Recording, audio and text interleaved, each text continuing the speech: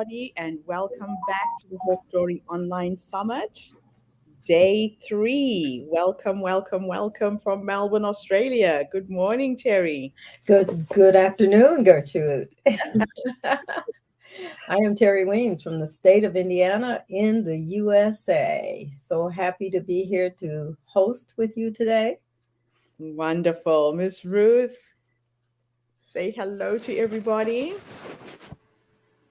Hello, hello, hello, everyone. How are you? Terry, good to see you. Good seeing you too. It's wonderful to be here on day 3 of our online summit. We have some interesting and inspiring news to share before we get started. Our partnership with a Swedish organization called Cubimo has now attracted investors who are looking for social impact projects to support. So we need more voices, we need more stories, we need more projects. So if you are out there and you have a project that you want to share, that needs sponsorship, that needs support, please join us. Go onto our website, register on the herstorycircle.com website, and we will contact you, call you, and give you more information. So, what is a social impact project? A social impact project is a project that has a social conscience to it, where as an entrepreneur, you are in business to make money for yourself, make money for your family, but you're also focused on making a difference in your community or with a nonprofit or a social impact project somewhere else in the world. The projects we're looking for should be focused primarily on women and children. Number 2, the elderly.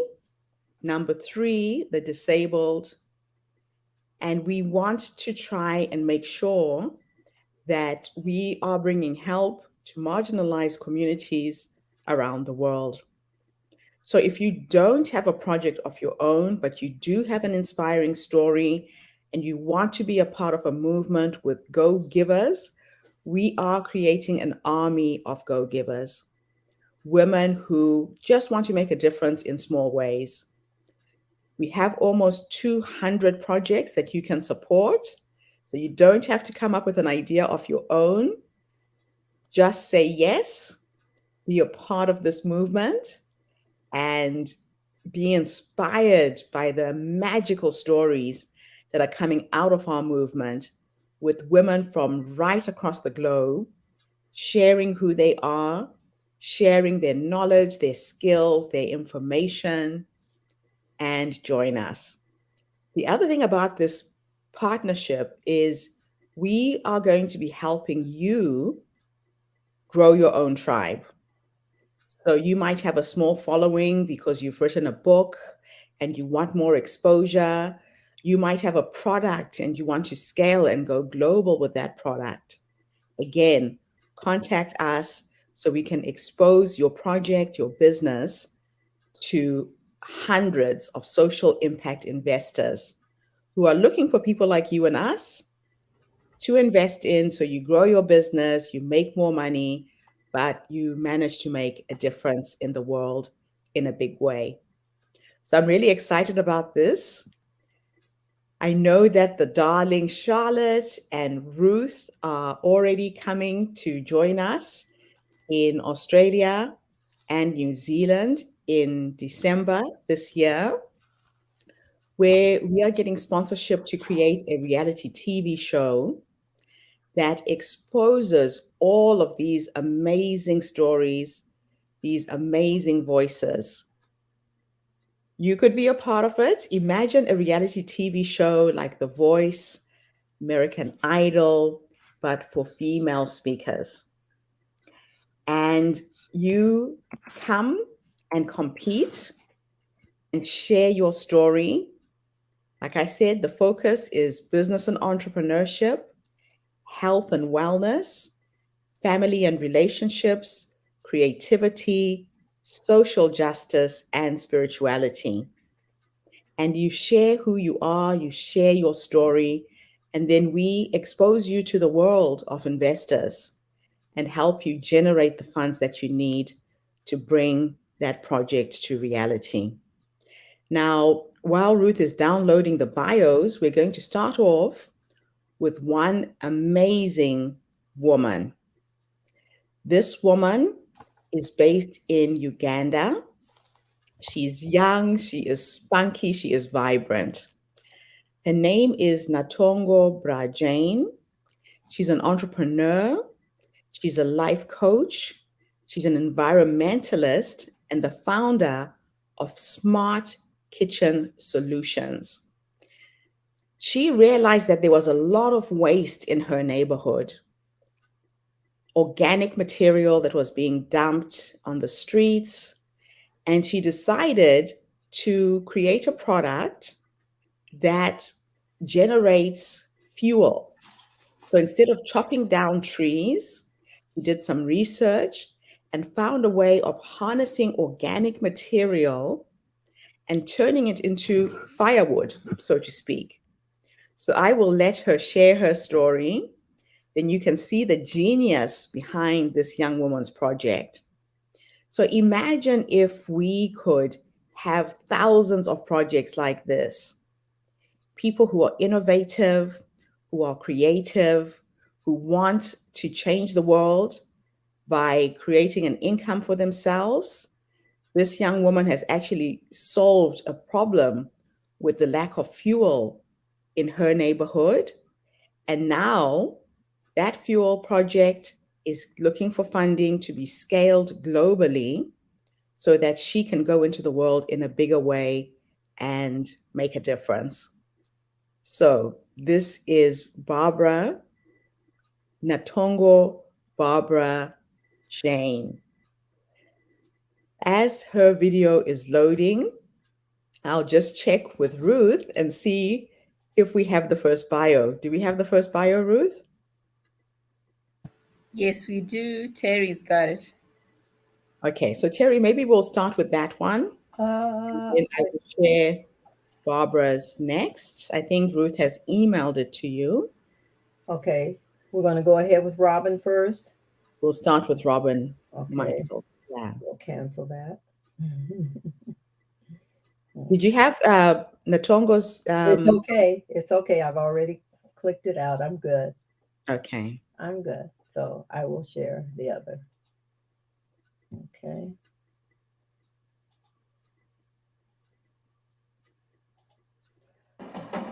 Oh, I forgot the bio. Oh, well. Hi, everybody. My name's Robin Michaels. I'm in Chicago, Illinois, USA. I'm 68 years old, recently retired, and I guess I am a bit unusual. Terry, College, Yes. we can't see the video, so you haven't shared your screen. right Okay. after high school. Okay. So stop the video and start it in the beginning. The beautiful Jerry's joining us. Hey, Jerry, how are you? I'm good. How are you? We are good. Okay. Before Let's you go share the back. video, Jerry, maybe read the bio. I'm going to read the bio. It's right here in front of me. Okay. Okay. Robin Michaels. She is a retired dog groomer, and she's worked with veterinarians and pet shops, grooming shops, and kennels. She learned in the mid 1960s and 70s from apprenticing to fanciers and hobby breeders who showed dogs. She also titled dogs in obedience, rally, lure, coursing, and conformation. She's trained people to train their dogs, trained dog groomers, and helped people choose show dogs. She does live in Metro Chicago. In 1985, at the age of 30, she went to Africa. She decided not to go to college. However, she did take the CLEP exam and got 2 years of college credit for life experience and majored in anthropology, Africa area studies. She also did an assistantship in grad school. Although she has the autism spectrum, it's always been easier for her to work with dogs. Most of her published writings has been nonfiction for the pet industry, but she has self-published an, an erotic romance, Polyandrous, and it is still available on Amazon Kindle. I present to you Robin Michaels.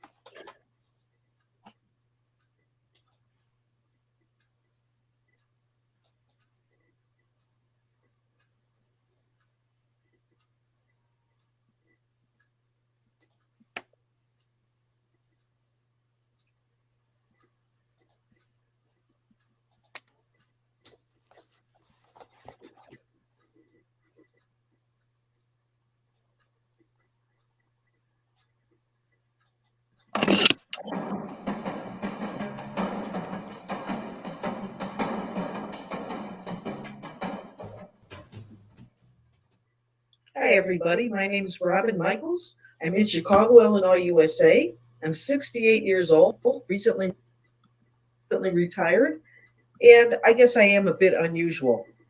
I didn't go to college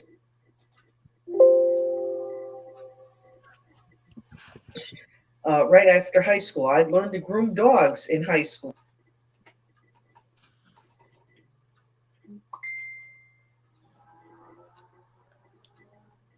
Looks like we're My having. parents were horrified, but I was making a living. And when I turned 30 years old, I decided I want to go to Africa and see nature before it disappeared. So I booked a safari in Tanzania, and it changed my life. When I came back to the US, I took college level examination program exams, which gives you up to 2 years of college credit for life experience. And I completed my undergraduate degree in anthropology and Africa area studies in about 3 years. Hey, Terry, Yes. is everybody Working seeing part time, and I paid the cash. And change or then is it I got an struggling? assistantship to grad school, and I Yeah, it's pretty broken up for me. Okay, so majored Terry, in urban planning. Yes. stop the video. I think we're having the same problem we had yesterday. Yeah. I'll try and play it from this end instead. Okay. I wonder if it's my desktop. Okay. Yeah, we've been Mm-hmm. having this problem all week. On some days it's been good, on some days it's bad. So let me see if I can share directly from the video from this end. So that Okay. was Robin I stopped Williams. sharing. Okay, give me a I second. wonder. Robin Michaels. All right, I so wonder that's going to take a while to buffer. I will go to the first lady who I talked about.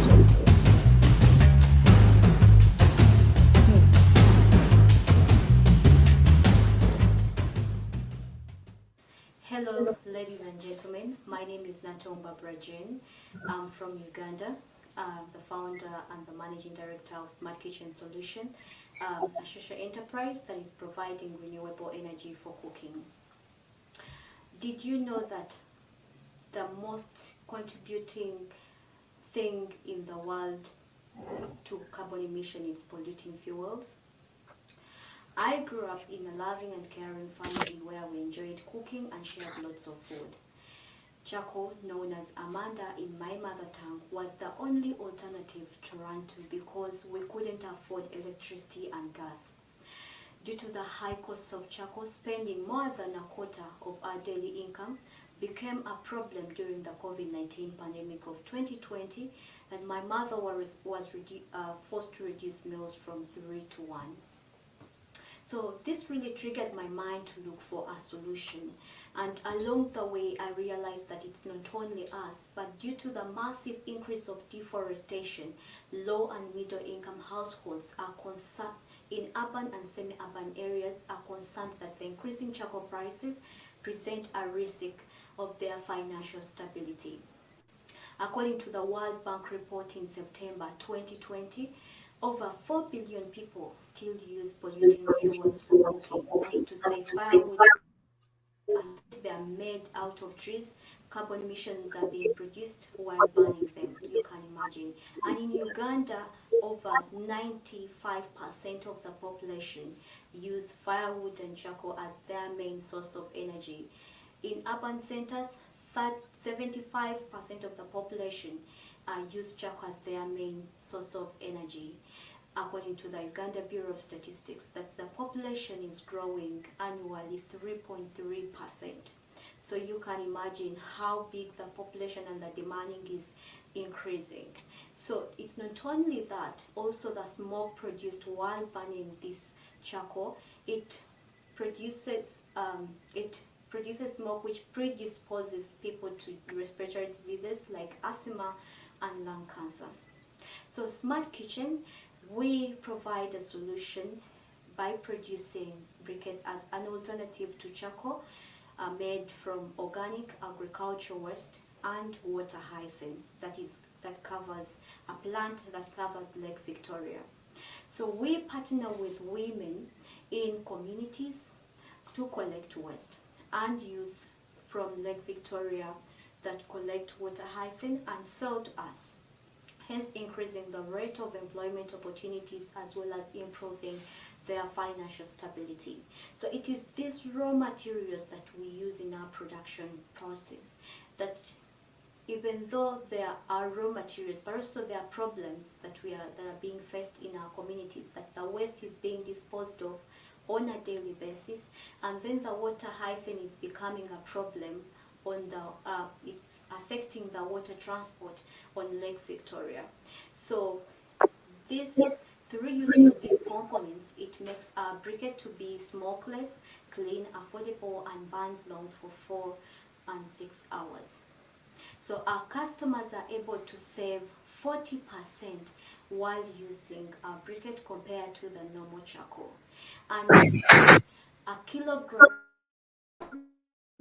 of briquette saves 4 kilograms of carbon emissions. 1 ton of briquettes saves 88 trees.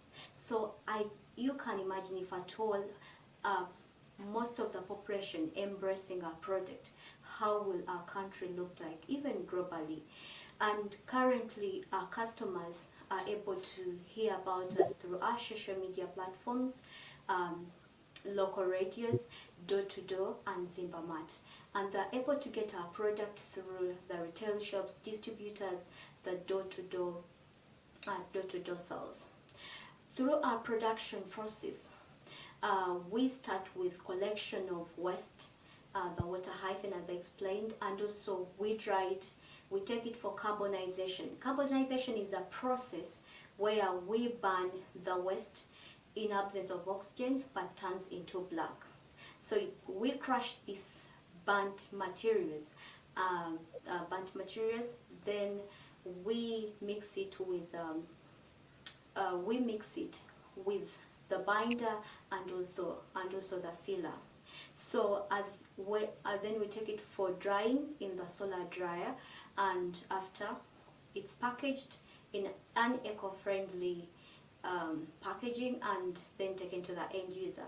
So to the end user, right now we are mostly using door-to-door sales, and we are working with youth that get a discount on each kilogram of briquette.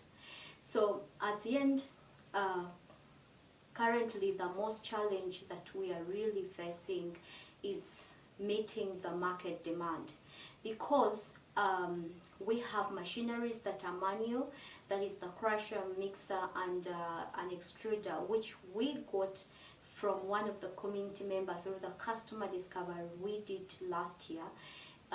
in May 2021 that he was able to give them to us so that they can really help us really understand the product, improve it more through the feedback of the customers until we get our own resources. But right now, we are looking forward to how best can we scale up our production capacity, and it is the most challenge that we are really facing. So we we need your support. But apart from seeking your support, so far we have been able to get three retail shops where we sell our product, and then we have two distributors that we do business to business, and also we have generated a revenue of 350 US dollars by the sale of the briquette through targeting households. And um, we received a grant from Django International, an organization based in Uganda that empowers youth to come up with social enterprises.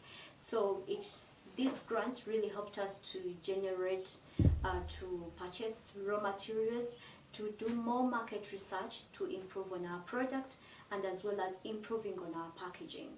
We are asking for 15,000 US dollars that will help us to acquire improved machinery, build a solar dryer facility, as well as improving on our brand. And we believe that through your support, we shall be able to reach out not only to households, also to restaurants, companies, and schools. And with your support, more trees will be saved, carbon emissions will be reduced, more lives of people will be improved. And we are looking forward to work together with you and towards reaching our vision of where a world where the planet, nature, and people appreciate each other. Thank you.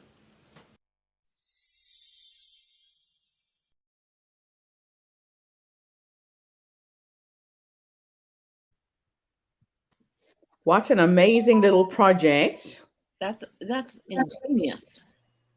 She is absolutely brilliant. And the water hyacinth weed that she's using grows on lakes and rivers. We have it in Zimbabwe. It's a huge pest. If it gets into a river or a lake, it takes over. And throughout Southern Africa, we haven't had a way of destroying it. So there's a weed that is actually growing in our rivers that she is now taking out of the rivers and turning into this fuel. So And she's that's amazing. She is actually harvesting that plant. yes, And then yes. that is, how in the world did she figure that out? Well, she discovered that the leaves, this plant gives off a substance very similar to paraffin. The Uh, leaves ignite very easily. ah, Brilliant young woman. We are really excited about this project and helping her scale. I see we've got Dorothy chiming in on Facebook. Thank you, Dorothy. It is an amazing project. And our hope is to actually bring her to countries like Zimbabwe, where we have the same issues, and start training women to make these briquettes. We're going to stop chopping down trees. We'll be eliminating a weed that is choking our water systems. wow. And she's just asking for $15,000 now. I really think we can help her raise a lot more than that. So that's an example of one of our social impact projects and the vision that we have. People in communities who are seeing a problem, they turn the problem into a business, they're having a social impact. She's touching on so many areas from the environment to economic empowerment. Fascinating young woman, absolutely fascinating. So Wow, that that's what we're aiming for. Sorry, Jerry.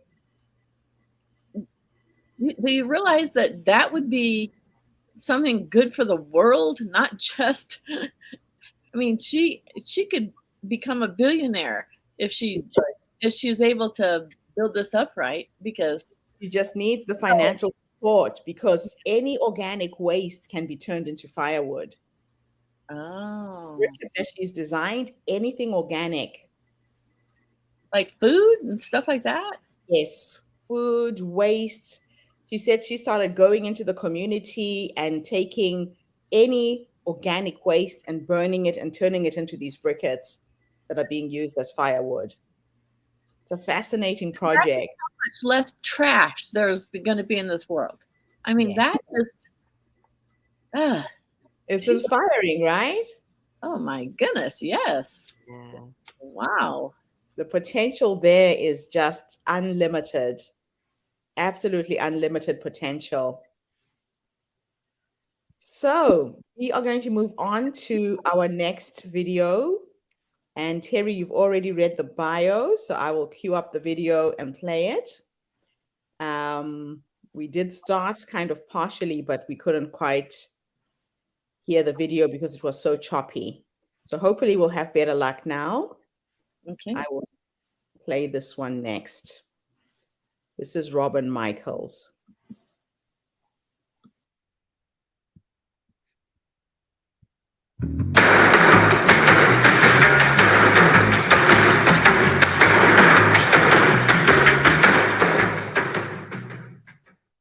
Hi, everybody. My name is Robin Michaels. I'm in Chicago, Illinois, USA. I'm 68 years old, recently retired, and I guess I am a bit unusual. I didn't go to college right after high school. I learned to groom dogs in high school, and my parents were horrified, but I was making a living. And when I turned 30 years old, I decided I wanted to go to Africa and see nature before it disappeared. So I booked a safari in Tanzania, and it changed my life. When I came back to the US, I took college level examination program exams, which gives you up to 2 years of college credit for life experience. And I completed my undergraduate degree in anthropology and Africa area studies in about 3 years, working part time, and I paid cash. And then I got an assistantship to grad school, and I majored in urban planning and policy, particularly land use. And then when I got out of school, praise God, I didn't pay for it. There were no jobs. So I joined Peace Corps, and I spent a year in Malawi as a town planner. That was in the early 1990s. When I came back, I was told there's still no jobs. So I went back to grooming dogs, and I also learned to invest.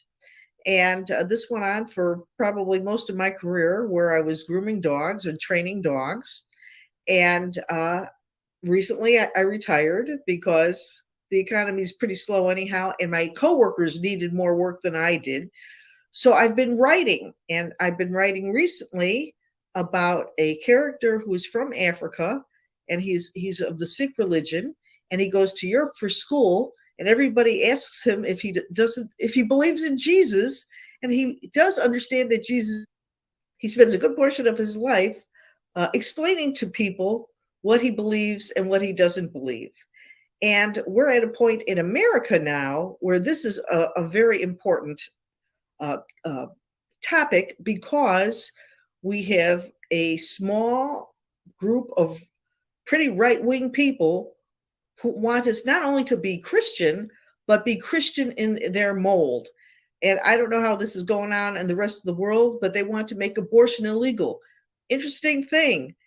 They claim that the Bible says abortion is murder. But if you go and read the Bible, you can't find that anywhere. There's nothing about abortion, at least abortion not being murder. So we're in a tough situation here, but I think it's important for people to know that not everybody's the same religion, and it has nothing to do with you acting with integrity. You can act with integrity and not have to subscribe to a certain religion. So that's what I'm doing now. So, Robin, Mhm. You're going to have to edit. yeah, I can see that. I was hoping that you could give me like what you did last time, a few more minutes, but we'll just go in and I'll start my Q&A session. All right. So, what has inspired you the most through your travels, especially going to Africa? What was the biggest inspiration when you got there? Well, in America, we think we've got all the bases covered, and we've got the answer for every problem in the world, because we're Americans and we're the best country in the world, and that's what we teach ourselves. And we have no respect for other people. And when you go to travel with other people, you find that people they're making good decisions and they're doing the best they can with what they got. And what I learned from traveling is, if my country could make things worse, we do. We go into places, we have no idea, what's important to people, what they believe, and we impose ourselves on them, and we never learn. I love it. And now you are living this amazing life where you are traveling, you are writing your books. Where does the inspiration of your characters come from? Well, this is very interesting. I went to Africa the first time in 1985. That was my first trip to Tanzania. And then I was interested in doing volunteer work. So I went with a group called Operation Crossroads Africa, and I was in Kajiado, Kenya. And what happened was, we were making bricks at a school. We were going to make bricks for a school block. Of course, we didn't know what the hell we were doing, but that wasn't important, because, as the headmistress said, it's important that they see you working and helping. In any case, a teacher asked me to teach her lesson, and I asked her what her lesson was. And her lesson was how we know Jesus Christ is with you every day in our lives. And I said, I'm sorry, I can't teach this. And she said, why not? I said, well, I'm Jewish. I don't believe that Jesus Christ is with me every day in my life. And she said, well, what do you believe? And I said, well, we don't really have a concept of hell. And I was with another Jewish person, and she said, well, we don't have a concept of heaven either. And the teacher said, well, she asked, what happens to you when you die? And we said, you're dead. And so she asked, what causes you to be good? And I said, you're placing your community and acting with integrity towards your community.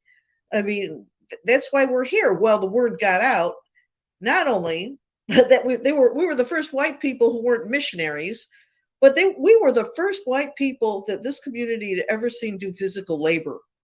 And so they came to watch us, but they came to talk to us too, because we told them, whatever you believe is your own business. We're not here. That has nothing to do with anything else. We're here to learn about you. And we felt the best way to learn about you and what's important to you guys is helping in your community. And that inspired me a lot. I'll never forget that. So you have lived in a world where Christianity is a big thing, especially there in the United States. And the two religions seem to really clash in terms of the ideology and beliefs. But what I sense from you is you found a space to be spiritual. Let's talk a little bit about, what does spirituality mean to you? Well, now this is, I think, important too. I mean, you want to, how do you articulate your own beliefs to yourself? And in developing the character that I've been writing about, I realized that calculus is the evidence of God, that you can do certain equations in a certain way, and you're going to get the same answer every time, with the information that you have, because that's how mathematics works. That's how calculus works. And there's so many things that happen in the world, and the symbiotic relationships between animals and plants and nature, like the sea anemones and the clownfish and the birds and bees attracted to flowers, that the world evolved this way for these things to happen. There's got to be a spirit out there. So I feel that's very important. And I'm very much an environmentalist. And the tragedy is there's all these people who seem to believe, well, I know I'm doing the wrong thing, but it's just me, but I'll ask Jesus to forgive me and everything will be cool. And, the earth may not be habitable in 30 years. We're not making enough of a dent in the environmental degradation we're causing. And I think people just believe that, well, it'll all work out because God loves us all. And it's like, doesn't look like it's working out that way. In fact, COVID is an example of population crash. We're all living too close together because there's too many of us. And we have the means to not make too many of us. But it seems like some people just think that if there's more of a certain group of people, that they'll have more control and of what the resources. That's just not working out either. So, I think about that a lot.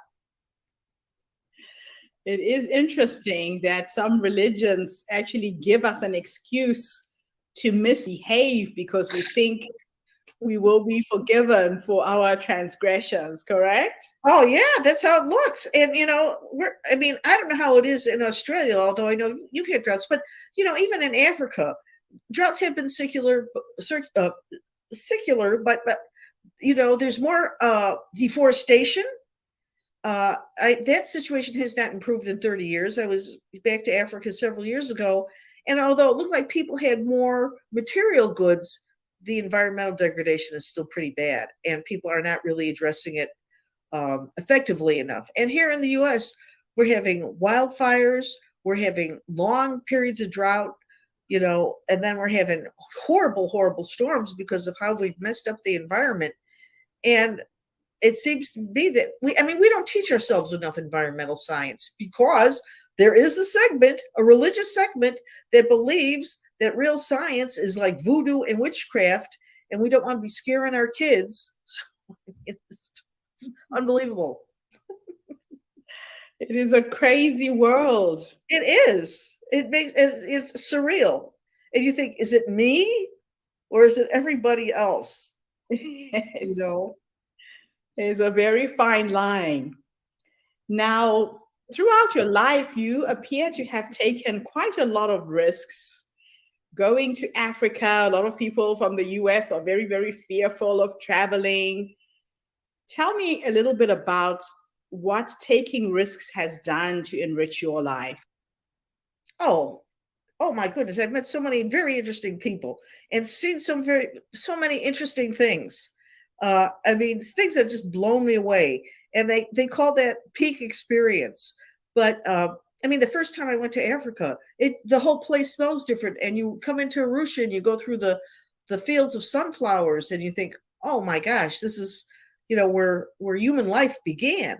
And I don't know how many people have ever been to Luxor in Egypt, but is like about a mile of buildings with hieroglyphics.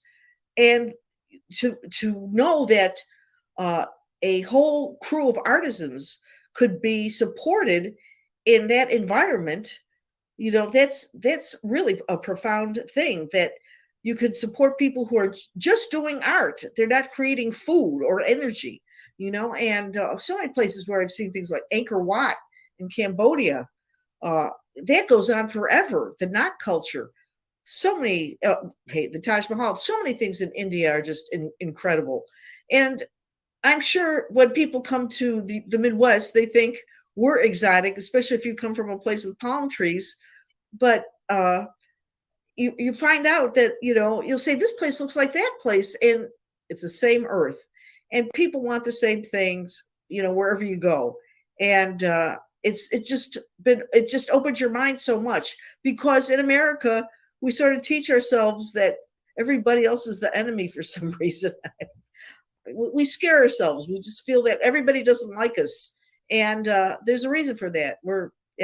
Americans, we're taught in school that we're the best and we can, make every place better. And that hasn't really borne out, but we don't even teach ourselves real history. So, Yeah.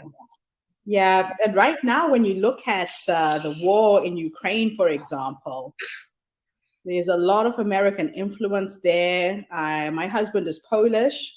I've heard that the US is selling all of its old weapons to Poland to get involved in this war. And we know that most of this is all about the selling of weapons, not so much trying to help the people of Ukraine. So talk a little bit about what's happening in the US. What is the sentiment around the war in Ukraine?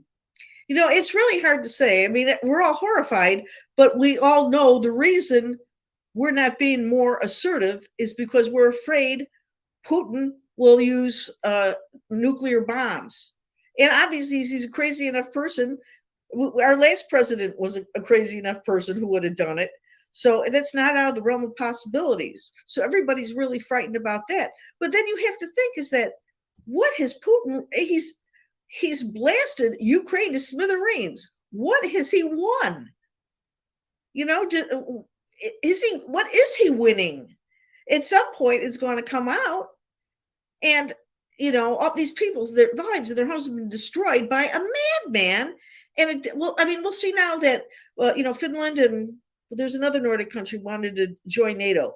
I don't know that that's going to make a much of a difference, but we'll see how much more aggressive Putin gets, because it's going to get to the point where just to defend ourselves, we're going to have to risk death. It's horrible. Yeah, the world is not in a very good place at the moment. And I think these bullies are really taking advantage of the state the world is in, especially because of COVID. So, what are your parting thoughts, Robin? What can you give us as a source of hope and inspiration to our listeners? Oh my gosh, hope and inspiration. Well, something, open, try to get as much information as you can. One thing I learned when I had served the Peace Corps in 1992, when I went back, they had opened up a free press, and I think there was like half a dozen newspapers in Blantyre and Malawi. And I said to my friends there, how do you know which newspaper to believe? And they said, you have to read them all. And you sort of learn to read between the lines, and you get more of an idea what's really real. And you really have to do that in the US too. Some people never read a newspaper, and that's really sad, because you can get more in-depth reporting from a newspaper.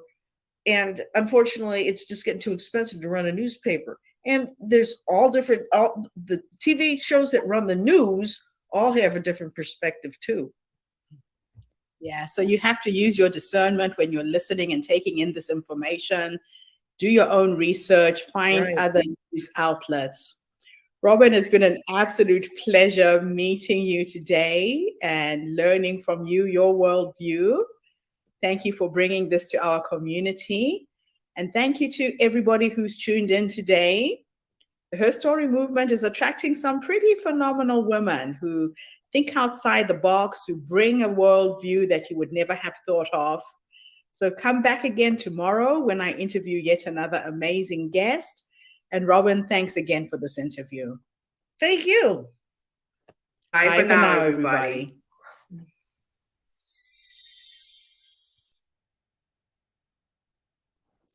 Okay, we're back. So that was Robin sharing her worldview and her perspective on religion, the impact of Christianity in other countries. A lot of the things she said really resonate with me, being from Africa and watching people coming into our communities, imposing their worldview on a population of people who believe differently. What was your take, Terry, Ruth? I know Jerry's not going to be with us in this segment. Well, she talked about two things that I usually don't talk about in public. And one is religion and one is government. I try to steer away from those conversations because sometimes when you don't agree with someone that has one side or the other, it ends up being like a little feud going on, and we can't control it. We can't do anything about their views. So at this point, I just don't make comments on those two subjects ever. I love it.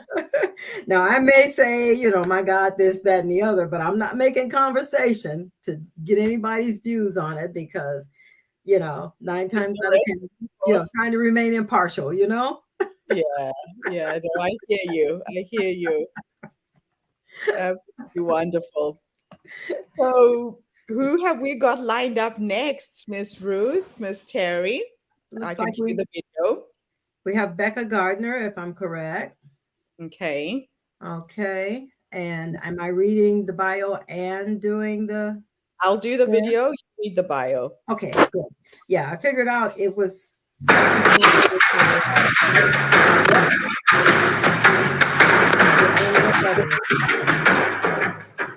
Oh, that's you. Okay. The video started playing immediately. Sorry.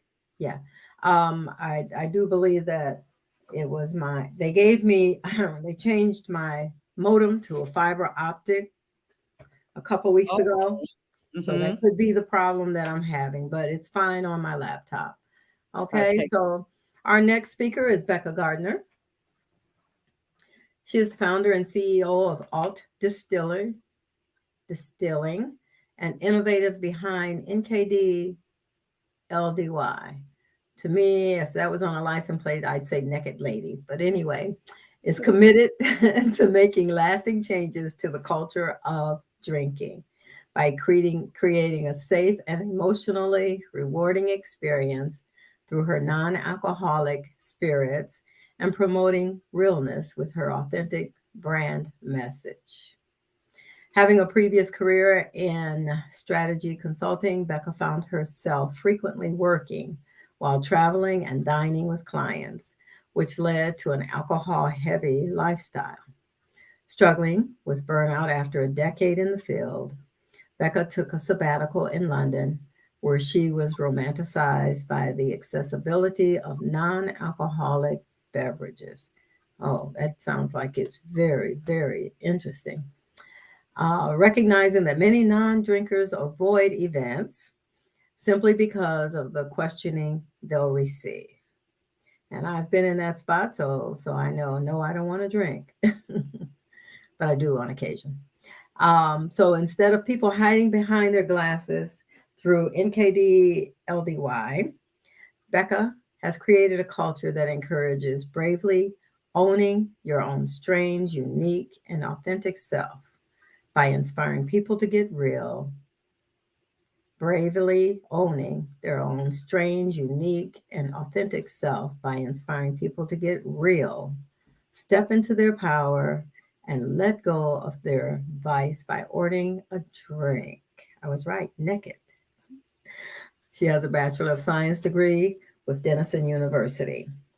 She has served on many boards and she has many clients, also Fortune 200 clients. Becca is also certified as a yoga teacher who loves to create art in various mediums, including design work for NKD Lady, as well as spend time with her screenwriter and film producer fiance and their party poodle. I introduce to you Becca Gardner. Thank you.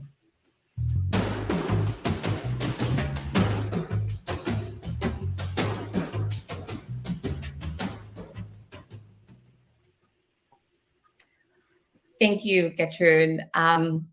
My name is Becca Gardner. I am based in Louisville, Kentucky. I'm 35 years old, and the best place to probably begin my story is when I was young. And I was one of those kids that just never really felt like I fit in to any particular crowd. I was homeschooled growing up on a farm. And when I started to get a little bit older, I found that alcohol really allowed me to feel like less of an outsider. And when I had a series of kind of difficult things happen in my life about 5-6 years ago, I realized that I needed to remove alcohol from my shelf of coping mechanisms because it was a tool that I no longer wanted to be a part of my toolkit. And I have to say, giving up alcohol was the best decision I could have possibly made for myself. But on the flip side, I quickly realized that I felt alienated from so many of the experiences that I love to enjoy, such as going out with friends or dancing or even just celebrating. And I just kind of sat with that discomfort with my own experience. And it was so frustrating because giving up alcohol was such a positive thing in my life, but there was this loneliness and this alienation that came along with it. And at this point, I was 31, 32, and I'd been living in New York City for about 11 years. I left Kentucky, moved to New York, and I knew that I wanted to do something different than the job I'd had for 10 years. And if I ask anybody who knew me, they said that it made sense to see me someday as an entrepreneur. I guess I'd always been a little bit entrepreneurial in the ways that I thought about different problems. But I knew I needed to take some time to figure out what that next step was, because while I wanted to build something and I wanted to make a positive impact, the actual thing that I would do escaped me a bit. But at the same time, I was still really wrestling with my own kind of, discontentedness with my sobriety, which was such a positive thing in so many ways. And so 3 summers ago, I was spending some time in London interviewing for what at the time was my dream job. I was going to be working on business development with a private members club that was focused on social impact, and it just hit everything for me. But while I was in London, I became romanticized by mocktails.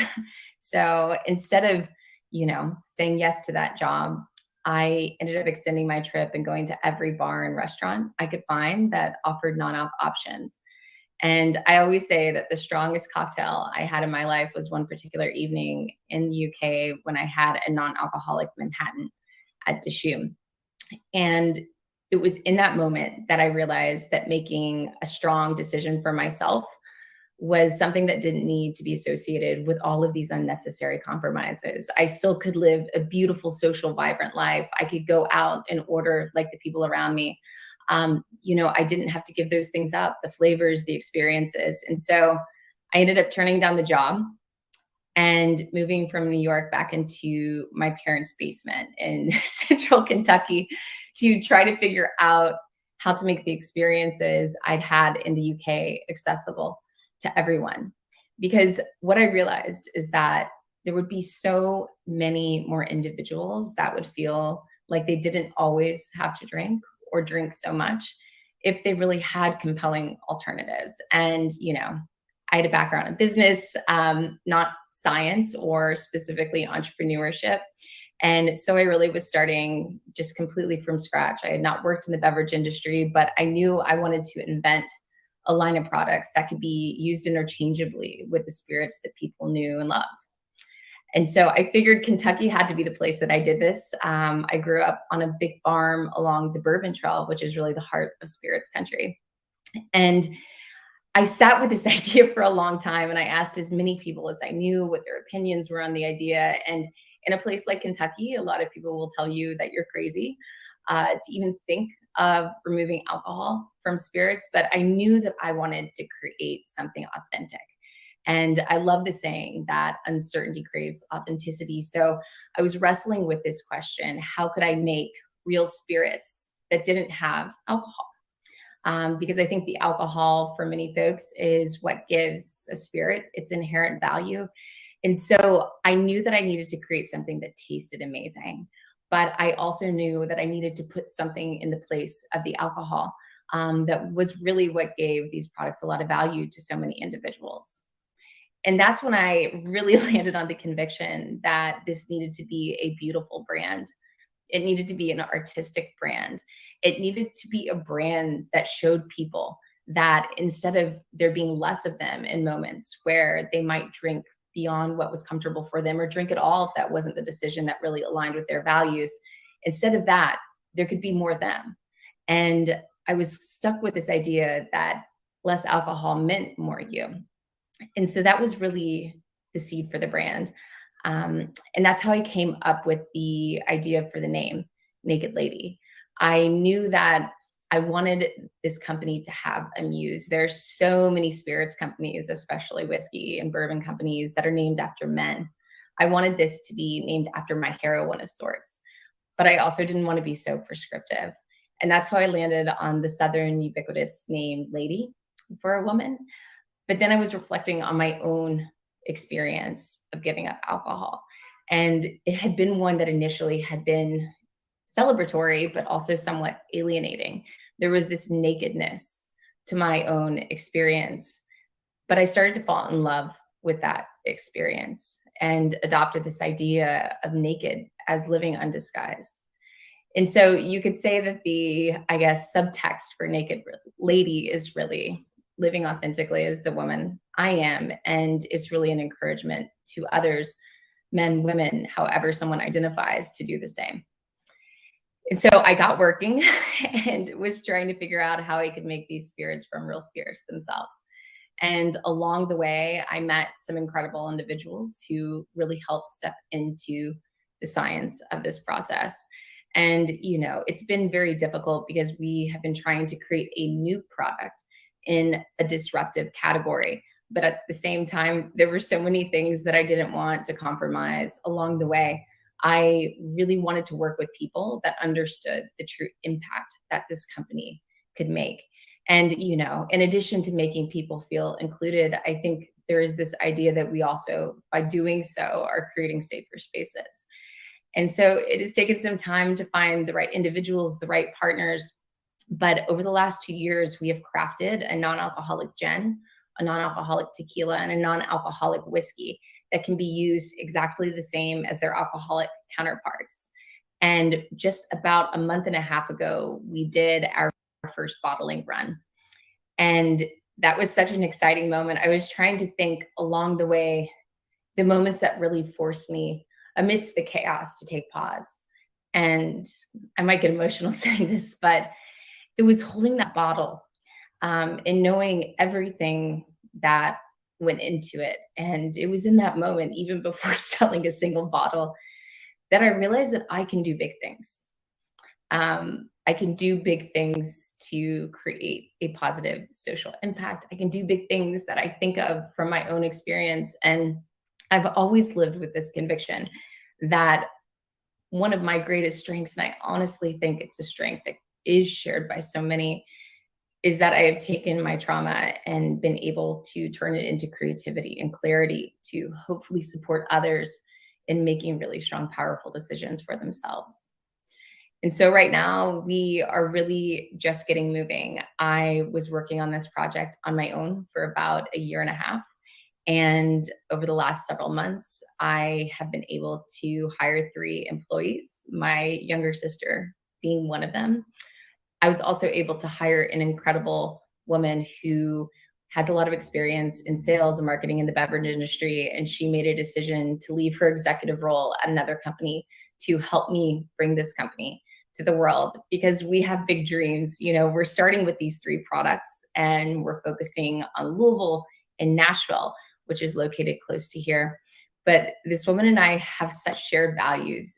Our dream at the end of the day is to be able to use this company as a sounding board, or a launch pad, I should say, to support other women as they pursue bringing their own value-informed creative ideas to life. And honestly, I'm realizing there's so much value in having to do it first for myself. I have to say, I did not know it would be so difficult. And I studied entrepreneurship in business school, and I had worked in strategy consulting for 10 years. But I have realized that starting something of your own from scratch is truly one of the most humbling experiences in the world. It's every day that I'm making a mistake and learning several new things. And I sometimes look back at where I was a year ago or the year before.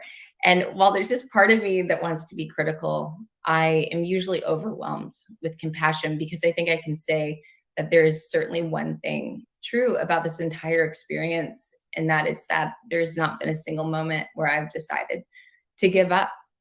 And right now, we're at this incredibly exciting point, because even on the hardest days, I just didn't give up. And I sometimes reflect on why that is true, because I think there are often moments that by some individual standards might have made sense to give up, whether it was when I was cashing out my 401k, or after living, a pretty successful life in New York, deciding to quit that so I could move back into my parents' basement and put my money into research and development for this company. And, while there are certainly people around me that would say these things are crazy, I just don't think there was a day when I stopped believing how important this is. And I don't think I will stop believing that, or stop believing that it's important that I spend my time focusing on this, until I see the culture surrounding drinking shift to become more radically inclusive, where everyone has a safe seat at the table. And frankly, I do believe that that means a world where social experiences, whether they are first dates or celebrations or weddings or meeting up with colleagues are not so centrally defined by a single ingredient, that being alcohol. It's interesting, when I was even thinking about the seed of the idea for this company, I had several focus groups and I interviewed so many different people. And one thing I realized is that while the individuals that will openly identify as an alcoholic are few and far between, it seemed like most people, especially women, had stories, I would say not positive stories, about their experiences with alcohol at some point in their life. And I have been sitting with that. I think it would have been hard to necessarily justify risking so much to build a business if I really was quite alone in my experience of the negative sides of alcohol. But it seemed to be so incredibly pervasive that it was honestly kind of shocking to see that more hadn't been done about creating more radically inclusive spaces that were safer for all individuals involved. And so I think we're at this point where we are really well positioned to start to enter the market and to connect with so many individuals and show them that there are other ways to enjoy these experiences that are so central to the human experience. We come together. A drink is a tool. It's a social tool. It is a reason. It is an artifact of so many of these moments. And I don't believe that just because someone gives up alcohol, that they also must give that up too. And so right now we're really focusing, like I mentioned, on Louisville and Nashville, and we are in the next month moving to Los Angeles to start showing up in places there. But I think we will continue to move along as long as we see that there is a need. And I am just so excited for that. Fantastic.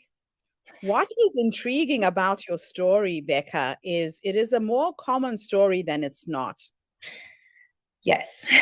You can talk to any woman and they will have 1, 2, 3, 4 stories of incidents, things that have happened to them under the influence.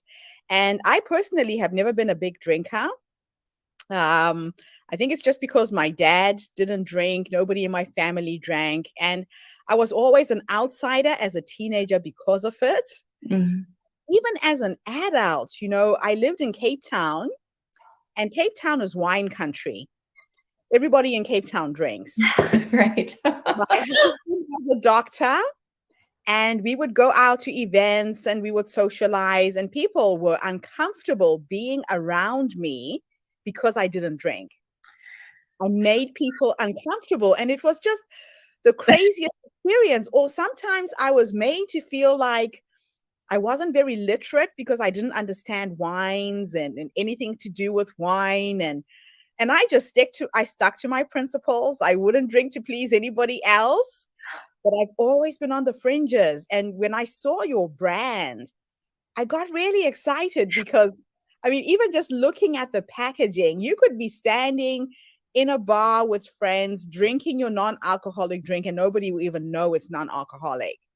Exactly. And that's such an important part about it. It's not only that we wanted to make it inconsequential, but innocuous, so that it was really each individual's decision, as if that was information that they wanted to share about their experience. Because, as you've experienced, there still is so much social stigma surrounding what I think should really be quite a personal decision for folks. Definitely. Now, if there is an entrepreneur who's listening into this conversation right now, who has an idea, don't know where to start to go into business, you made certain decisions to get to this point. I did.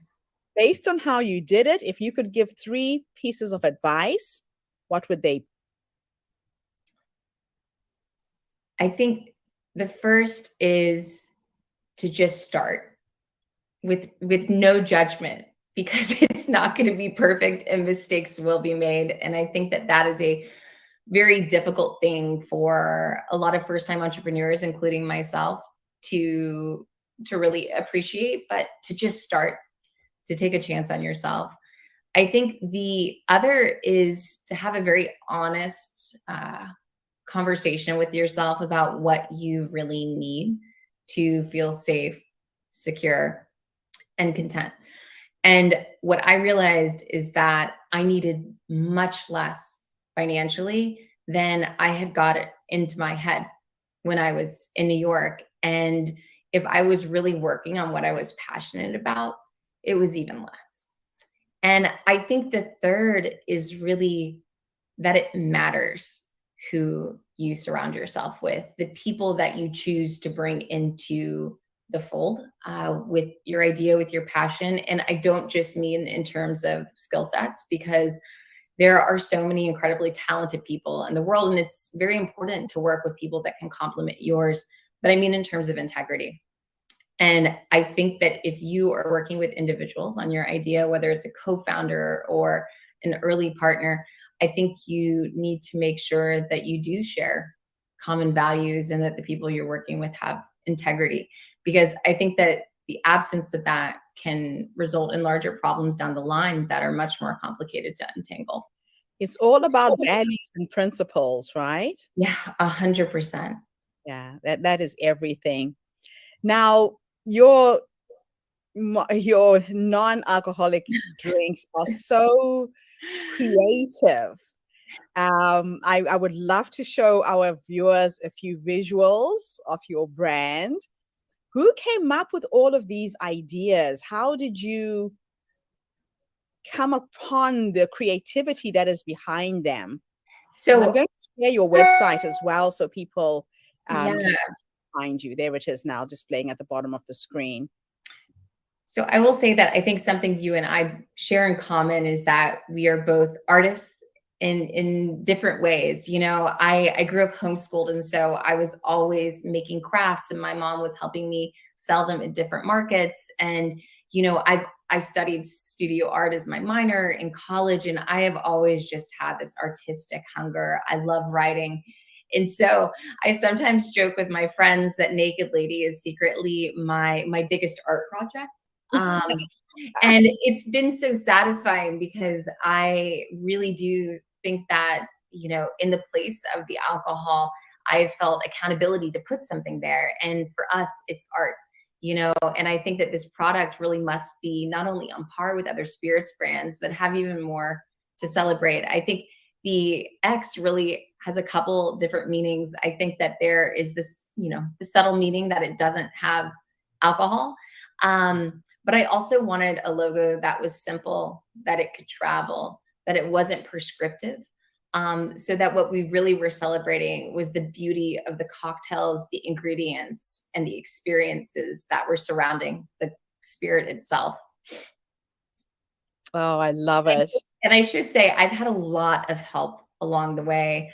I also say this is a very crowdsourced company. I love getting ideas and input from different individuals, whether they're friends or, you know, different individuals that I meet on LinkedIn, and even my family. You know, there's not been a single decision that I just made without having many conversations first. That is amazing. So it was almost like a co-creation process. 100%. 100%. Wow. Now, the influence this is going to have, especially on youth, on teenagers, you know, binge drinking is a big problem in this part of the world. Most of the fatalities in the roads, any accidents that happen in New Zealand and Australia are based around alcohol. Yes. How do you think this is going to impact youth, especially in the United States, and just changing the culture around drinking? I hope it makes a huge impact. I received a compliment a few weeks ago that meant more to me than what it was on the surface. And it was this woman who works with me on PR. And she was telling me that her daughter thinks I'm just so cool. And her daughter is 15. And she thinks Naked Lady is so cool, the branding. And I think that if we can be something that is seen as aspirational and socially accepted by the youth today, so that when they leave the home and they are on campuses, this brand is seen as something that also belongs in the spaces where a lot of alcohol is consumed, I think the impact we can have is tremendous.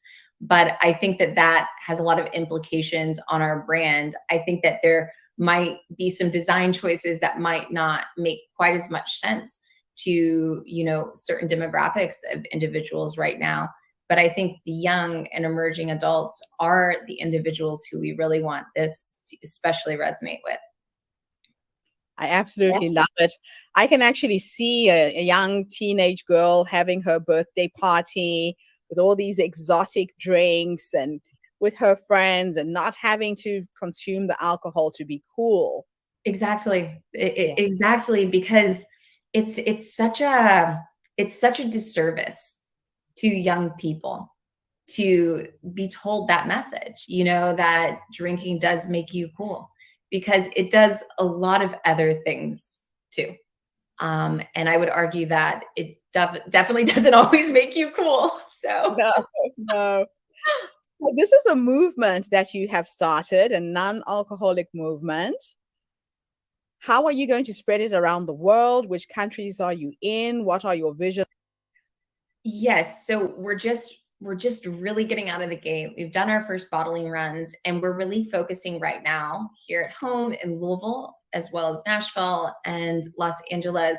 But I think one of the things that makes our company really special and is a way that it will grow is that we like to say that the bartenders are the backbone of this business. So we have had an incredible group of folks from the hospitality industry who are actually the ones that would be pouring this beverage, giving us input on the design of the bottle, the logo itself, the flavor profile.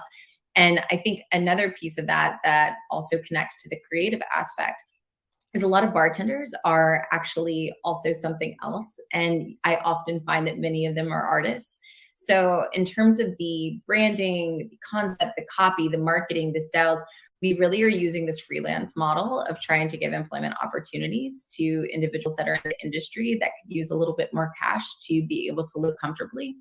And so I think that that is what feels good and authentic to do, but it's also a great way to spread the word in the news, getting kind of that stamp of approval from the folks that I really would consider the stewards of these spaces. And in addition to that, I've been this way since I stopped drinking, but I continue to kind of sing it from the rooftops. And I hope that I find more and more opportunities in different channels and outlets to be able to share about this new business I'm so excited to bring to the world.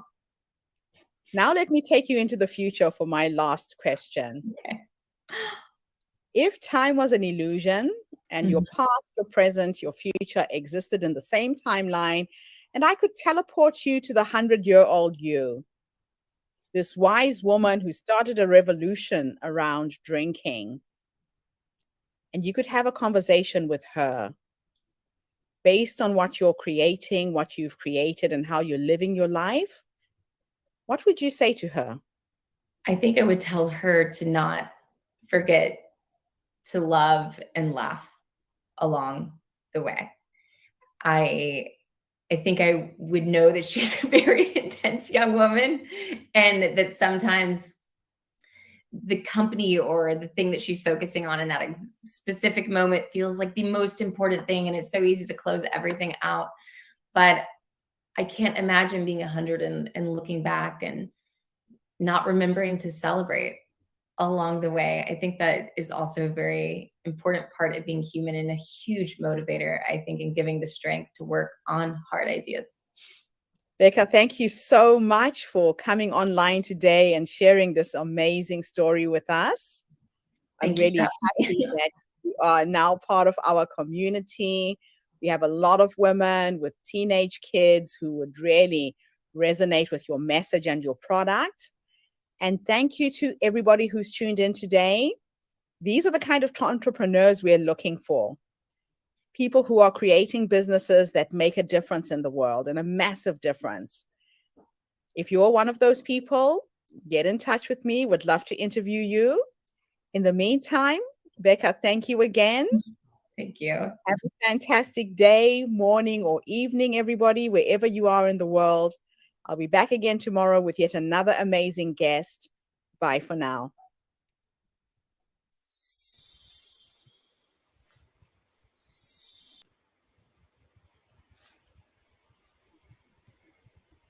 Wow, That's a fascinating project.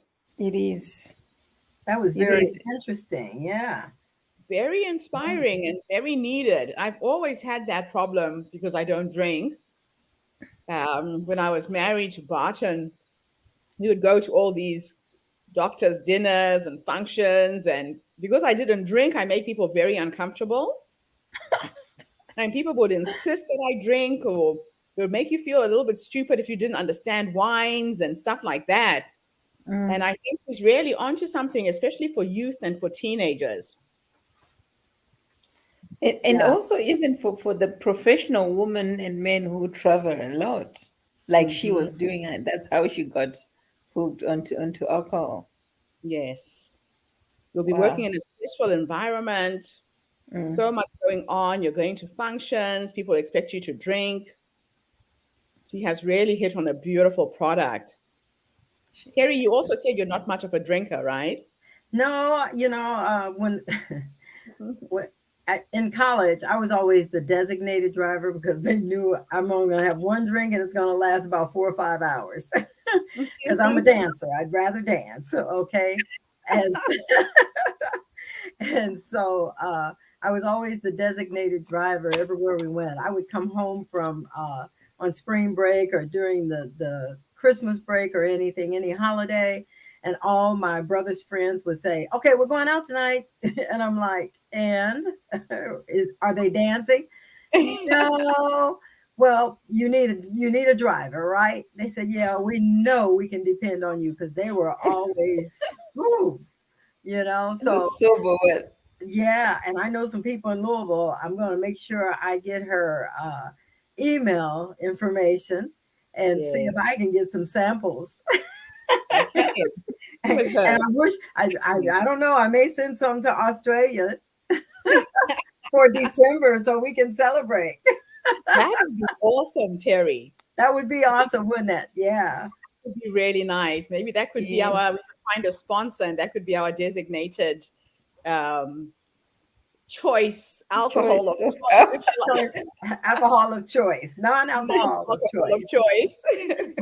I love that idea. That's really Yeah, cool. that sounds good. Yeah, yeah. Since we'll be glamping. So we've got Wow. Rosemary there in the UK saying, "Congratulations, Becca. That's a fantastic movement. Good to see you, Rosemary. Lovely to see that you're tuning in." And Dorothy was with us a little bit earlier as well in the UK. No, Rosemary's in the US, Dorothy's in the UK. Lovely to see both of you ladies there on Facebook tuning in. So we move on to our next speaker. Who do we have, Terry? Okay, we have, I hope, Janae de Abrea. Hopefully, that's the Okay. way I pronounced it.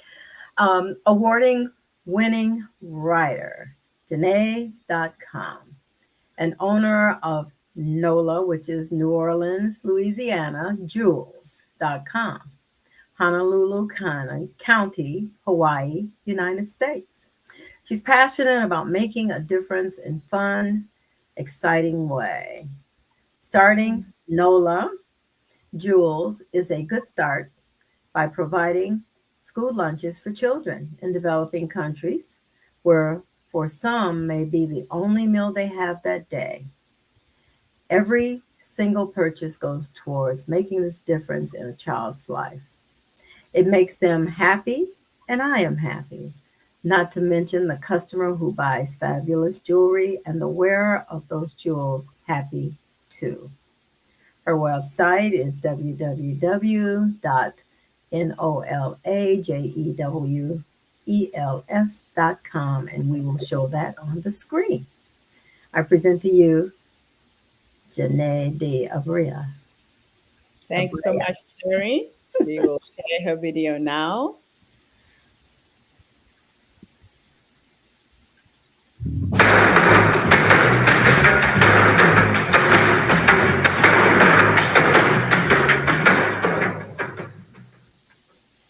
Hi, my name is Shani Diabru.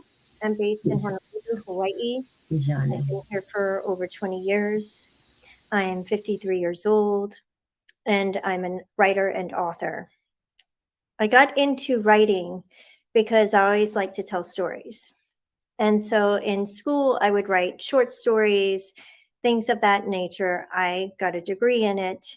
And then once I got out of college, I just didn't know what to do. So I started working in different businesses and things like that. But I always wanted to write. So after I moved to Hawaii, I had an accident where I was playing with my little puppy and he hit my chin and I bit my tongue. And it was the worst tongue bite ever. And my tongue was so swollen, it held out of my mouth.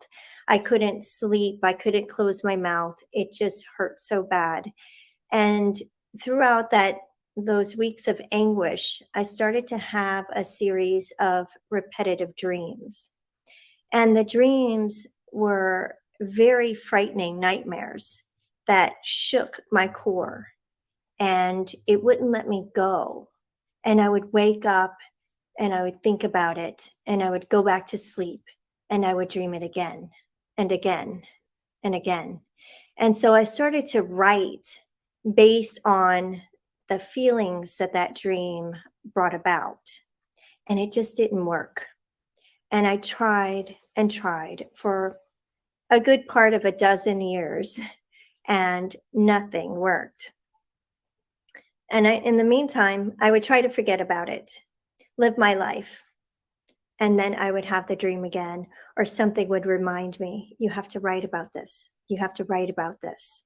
And I would try again and it wouldn't work.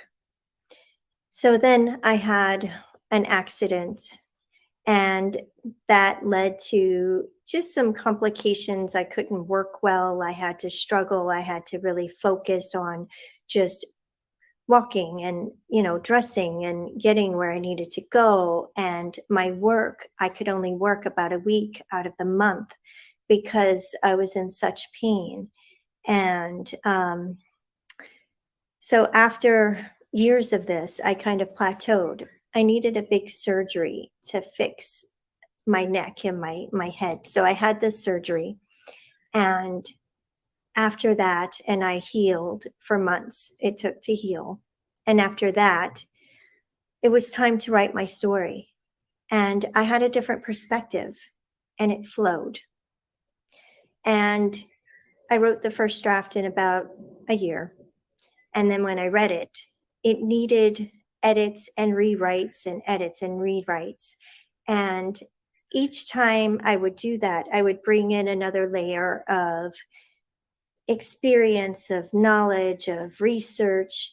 And, it really was what it needed to happen.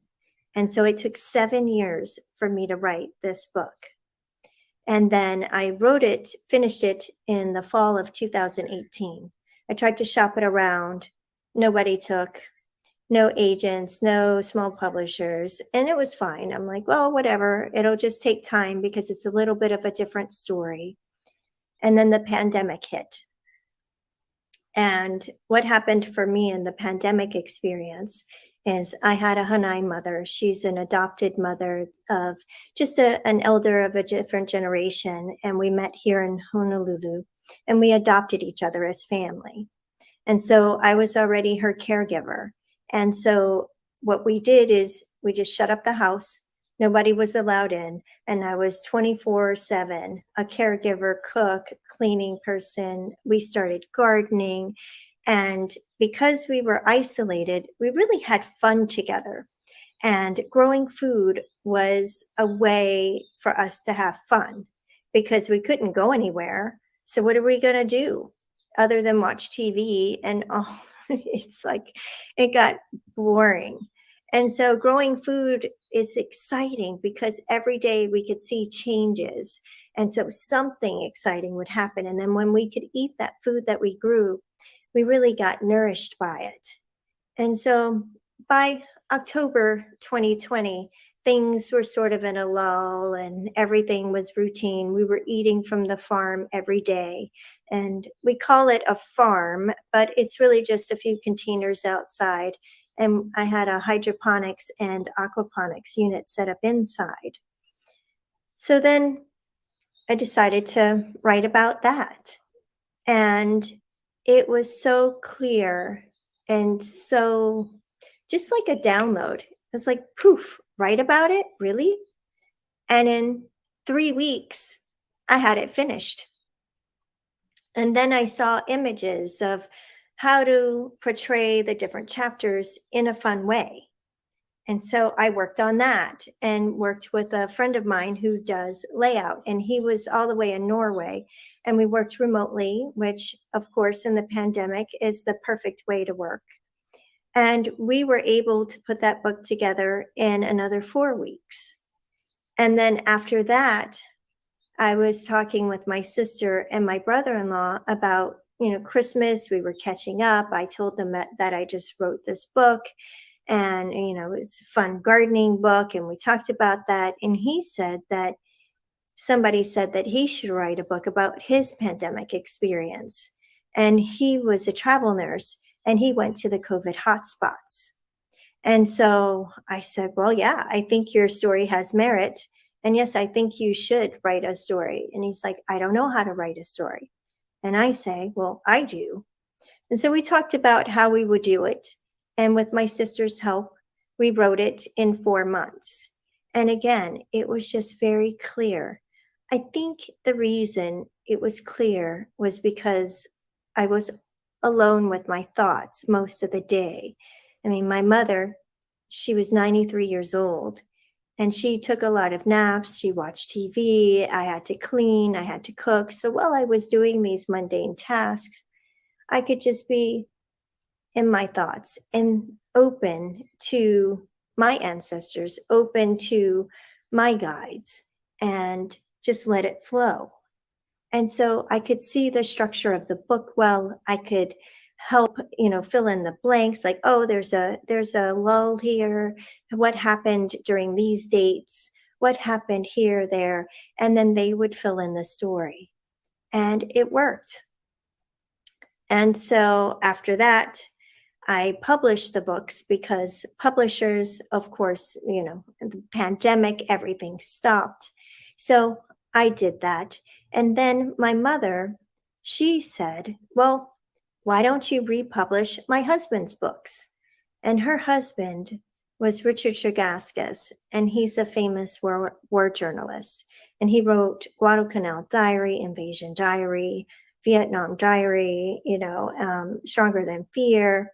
And so we did reprints of that. And we included new introductions by my mother, Moana Tregaskis. We included memorabilia. And so for all of 2021, we were engrossed in really preserving her husband's legacy. And so it's really been a fulfilling process. It also keeps me in the flow of what I need to do. So now here we are in 2022. I still have 5 more of his books to publish. And I have her introductions. I have the memorabilia. So that's what I'm going to do. So in the course of the pandemic, I not only became an author, I became a publisher. And I also have other people that want me to help them tell their stories. And I'm happy to do so because I really feel it's important to explore people's stories, what makes them special, and also their choices. It's really about the energy inside the choices. Like, how do you choose every day that I'm interested in? And if we all become more conscious of those choices and how we make those choices and what is the motivation behind them, I think that we could really function better as a global community, because a global community really channels down to each individual person and their choice. Because out of each person and their choices, you can affect the people around you, your family, your friends. And then from there, you go to your community and you make a positive impact on your community, which leads to positive impact on your city and your state and your country. And then your country, of course, interacts with the other countries. And if we're each doing that, imagine what an impact we can have on the global world. especially in our situation today. So that's my story. And I'm happy to help people tell their stories. Fantastic. What a journey you've been on in the last 24 months. Yes. COVID definitely changed people's lives in so many ways. The Chinese write the word for crisis with two symbols. One stands for dangerous, the other stands for opportunity. There is Yes. a dangerous opportunity we've been presented with, right? Yes. And And go ahead. I chose to take the opportunity because when we were locked in, my mother was panicked. She's like, I can't go out and get a coffee. I can't go to Ross. What do I do? And I said, no, you have to stay home with me. And so that's why I started like, oh, we're going to farm. We're going to grow food. Yeah, look at this, look at this, look at this. And just every day, more opportunities presented themselves. And I took full grasp of that. And in a few months, she was chatting with her friends on the phone. Oh, we don't go out. We're farmers. We're growing food. That's what we're doing. And then it went from that to, oh, we're growing books. That's what we're doing. And it really was like every single day, no matter how tired I was as a caregiver, I still made some movement going forward with the books, with growing food, with something, because I wanted to seize this opportunity of we're stuck in a house. We can't go anywhere. We can go for a ride, but we can't meet anybody. It's not safe. So let's make it our own. And we really did achieve a lot. Fantastic. So, if there was somebody who is online right now, they know they have a book inside them, they're fearful, they don't know where to start, based on what you have done, if you could go back to your younger self and give yourself advice, what 3 nuggets of wisdom would you give? I think it would be to don't give up. Make sure that the writing is good. Get your works professionally edited, and then go back and rewrite again and again. And when you think you have a final draft, look at it 3 more times, because quality work will produce results. All my books have won awards. All the book trailers that I've produced have gotten notice. One of them won 3 awards. And so I'm happy that my work is validated, but it's really not about winning an award for the sake of winning an award. It's about that other peers recognize my hard work. And that's what validates me.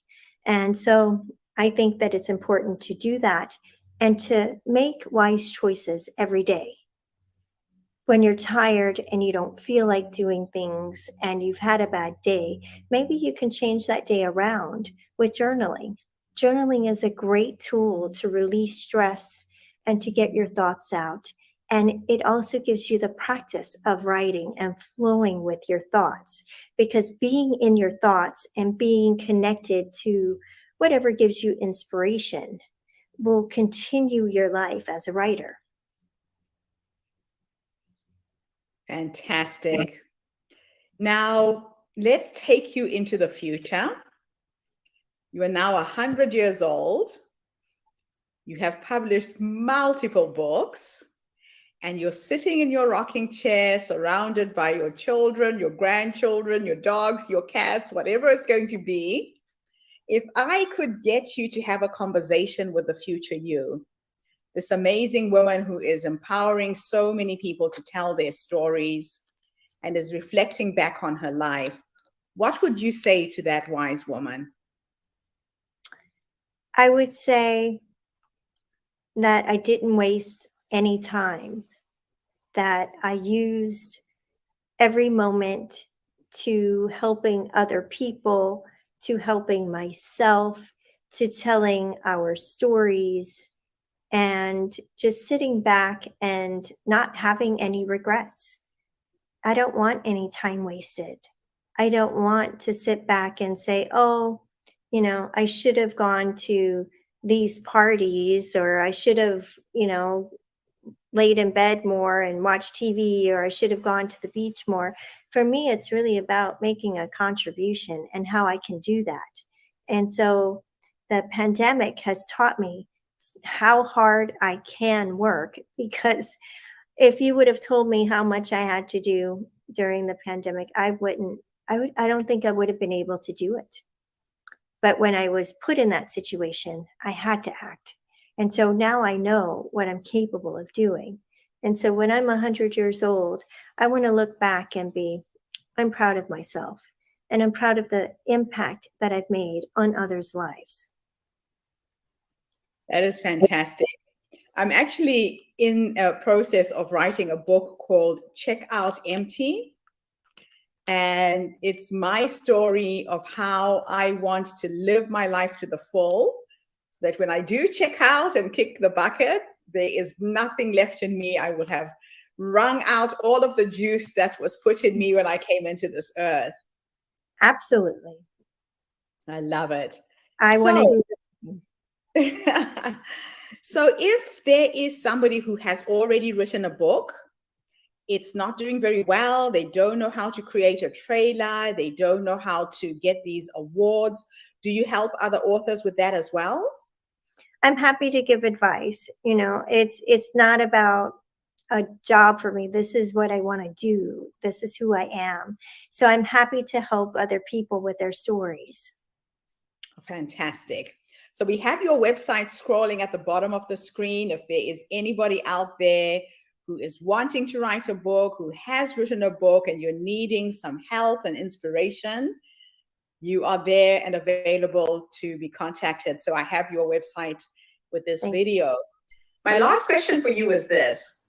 Is there anything I have left out that I should have asked you? I don't know. I think we've covered quite a lot. And so it's I don't know. Yeah, sometimes I ask that question because somebody might have had something they wanted to share and I didn't ask the relevant question, or somebody's got a parting thought, but it sounds like I've done a good job. I've asked enough questions, and I really have to thank you for coming online today and inspiring our audience with your story. And thank you to everybody who's tuned in today. The Herstory movement is attracting some phenomenal women from all over the world. And I'm really excited to have met you. Thank you so much for this interview. Thank you for the opportunity. And it's really nice to meet you and see what kind of impact you're making on the global community. I think women banding together and telling our stories and being together and supporting one another is so important. It's really a valuable contribution. Thank you. Thank you, everybody. I'll be back again tomorrow with another amazing guest. Have a fantastic day, morning, or evening, wherever you are in the world. And bye for now. Okay. Yet another amazing and enchanting story. What was your take on that one, Terry? And Ruth, are you still there or have you gone to sleep? It was very, very interesting because now I find myself in that caregiver mode. And so, but we're in separate residences. My mom's still at home. But then in my writing, I've picked up some things during the COVID. I walked off of one job and now I'm doing things with you and I am enjoying it to the max. One of my girlfriends asked me today, she says, I can hear it in your voice. Are you really enjoying it? I said, yes, I am. And so, it's never too late to change direction. Okay, given the circumstances, it was really a blessing that I walked off my job because then I became a little semi-caregiver for my mother and monitoring her. And I'm able to do this at home, or I can take my laptop with me and go visit my mom and still be able to do what I enjoy. Because like she says, they do fall asleep almost, Like, every day. You could be watching TV and next thing you know they're asleep. So you might as well have something to do. And so, but it was very interesting. Once you put your mind to something, there's no stopping. happens. Magic happens. Yeah, That yeah. Rose chiming in the U.S. there in Texas. She says, "Wow, such women of substance." Yes, we have attracted a lot of women of substance. I have to say, the stories that we are curating are just absolutely fascinating. Thank you for sharing that, Rosemary, and acknowledging the caliber of women who are coming onto our platform as well. Really exciting times. Now, we might just have to release Miss Ruth. It is probably 1 o'clock in the morning in Zimbabwe. So, Ruth, if you need to go to sleep, please go to sleep. We've got this. We will see you tomorrow morning. And who do we have queued up next, Terry? Okay, and I have all of the bios, Ruth, so we're good to go. Good. So Okay. next we have Meredith Alexander. Okay. All Our, right. speak, our speaker's book, The Sky is the Limit, hit the #1 slot among Amazon's hot new releases in the motivational category in November 2017. On that night, it was released and has been called a mandatory read if you want to become the best version of yourself. I need to read that, huh? I thought I had that all figured out. The captivating story of this powerhouse mompreneur and her daughter, Schuler, probably says Skylar, but has been featured in the media around the world, including ABC, NBC, Fox, and Prevention Magazine. She is a sought after expert on resiliency and grit mindset for corporate and personal development events, as well as on podcasts and stages throughout the U.S. She has transformed the lives of thousands around the world with her grit mindset coaching programs and online courses. Today, in addition to running her two thriving businesses, our speaker is undoubtedly one of the most joyous 24/7 caregivers on the planet. She and her daughter's positive mindset continue to inspire all who meet them. If you are ready to learn new ways to come even more alive and show up consistently as an even better version of yourself, buckle your seatbelts and get ready to have fun. We welcome Meredith Alexander.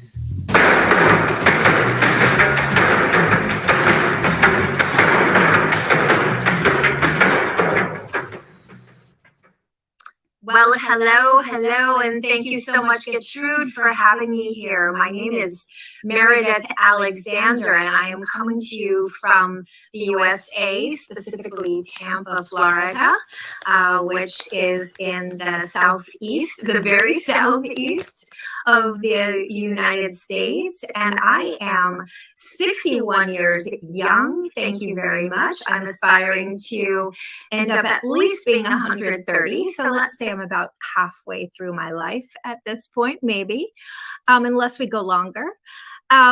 So my story really has two parts. It's who I was before this crazy boulder fell off the side of a mountain randomly, and who I am today. And I think that sometimes that is the story of many of you women who might be out there listening to this. Is the very beginning of my life, I really was trying desperately to figure out who I am and how I fit.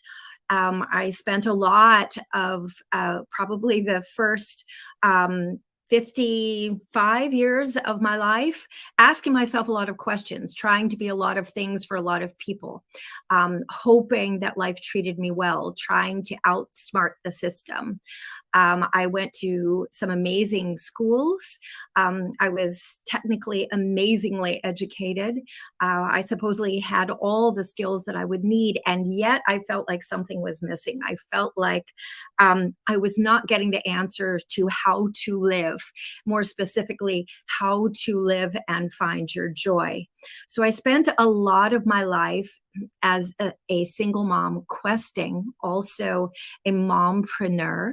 I ran my own business, and it felt like I was always chasing being a good mom, chasing finding the relationship, chasing finding success in my business, definitely chasing finding success in my finances. In the process, it felt like I was succeeding at nothing. I found myself in multiple very challenging relationships. I am beyond grateful that I actually seem to be a really great mom in the mix. And so I had 3 very amazing children, which is where the key piece of this sort of connects, because throughout all of those challenges, one of the most amazing blessings that came disguised really as a big obstacle for me were some of the hardships. And the hardships pushed me in the direction of really asking some different questions. So I spent decades of my life really immersing myself, trying to figure out why some people would face these amazing challenges and emerge as bigger, bolder versions of themselves. And so I really started studying what I would call the inner game. And this is everything from what you might recognize as the law of attraction, which I like to use the word attraction as a contraction for attracting the right action. So the law of attracting the right action, to things like energy, to things like language, to things like neuroscience. And I began sort of embodying this, even studying things like Aikido, a martial art. And so let's fast forward a little bit until 2016. My youngest daughter at this point had graduated from Yale, and she had gone down to South America on a Yale fellowship to work with the native population to help build a school. Now, this was after spending the entire 4 years while she was at Yale, interspersed with traveling around the world. She'd been to 5 continents. She'd helped to teach English to monks in Nepal. She'd been to Croatia, you name it. She had been all over. So she had big goals, big dreams. Well, right in the middle of a Friday afternoon, I got the call that Skylar had been randomly crushed by a boulder. While she was in Peru, she had taken a 2-week vacation with a young woman who was going to be her boss in the next segment of her adventures in Peru, working in a specific village there. And the day before they were supposed to return to Peru, they'd gone on a whitewater rafting expedition. And they'd gone through the dangerous part and pulled into this grotto. And there was a ledge actually for jumping. So these 2 rafts filled with tourists had made their way up this precarious cliffside to get to the ledge, made the first jump, loved it so much that they'd adventured up again. Well, somehow on the way up that cliff face the second time, a boulder came loose and it came crashing into my daughter, split open her skull and knocked her off onto the rocks below.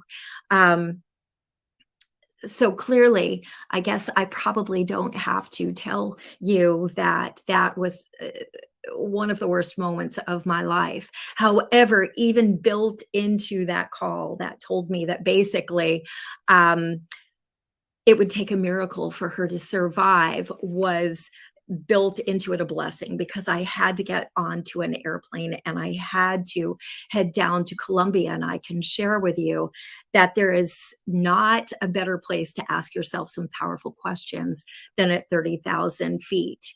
And so I realized as I was on that plane that I may not be able to control the outer game. I certainly couldn't physically help my daughter, and I certainly couldn't undo that boulder, but I sure as heck could play a mean inner game. And that stuff, those laws that I had been learning, they either worked or they didn't.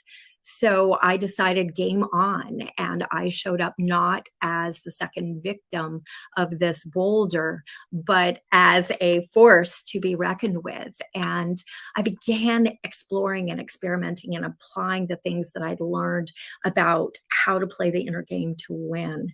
Fast forward, amazing things began to happen. We were able to have Skylar lifted from Colombia to Miami. And it got to the point where when we were in Miami, these sophisticated neurosurgeons who had seen it all began to refer to us as the miracle family, because not only were we seeing medical miracles, things that were textbook impossible, but they hadn't seen the kind of mindset or inner game that had really taken hold here. So right before or right after Mother's Day 2016, Skylar was released from the hospital. So she had survived the unsurvivable, and I became her 24/7 caregiver. So you would think the story was pretty much victorious at that point. But as some of you who may be watching know, that sometimes after one boulder comes a more discreet, sometimes invisible boulder.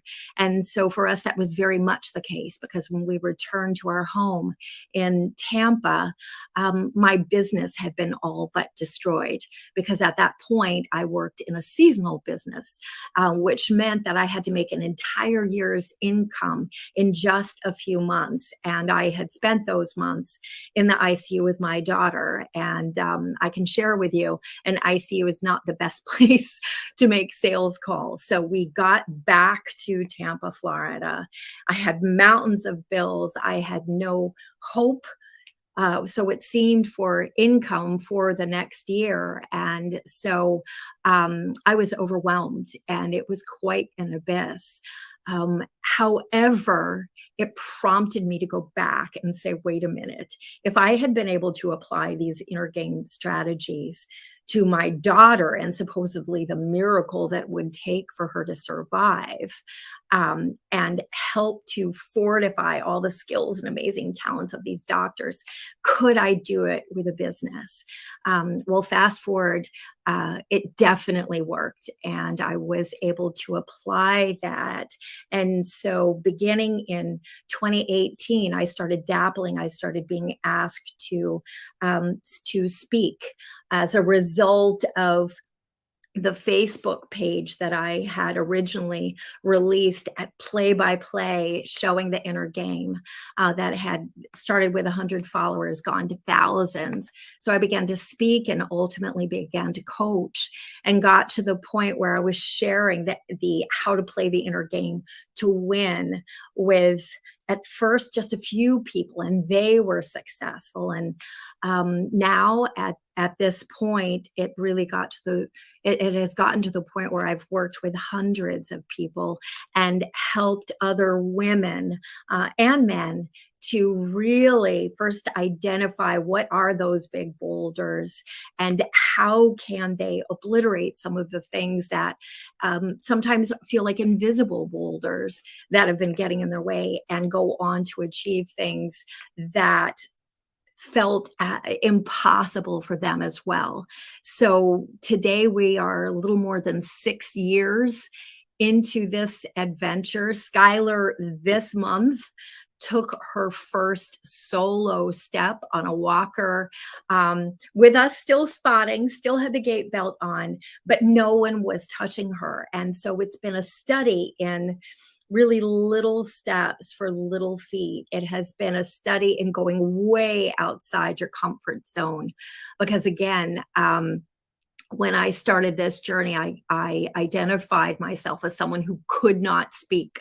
I had incredible stage fright. I couldn't even introduce someone on stage. And now I love getting on stage, and I love sharing our story, and I love getting out there and inspiring people, and hearing the stories, hearing how the book, which is the compilation of the Facebook posts, how those have impacted other people's dreams. So it has been quite a journey for me, and it has been all about the language of our inner narrative and how our inner narrative can impact the way that we experience our life.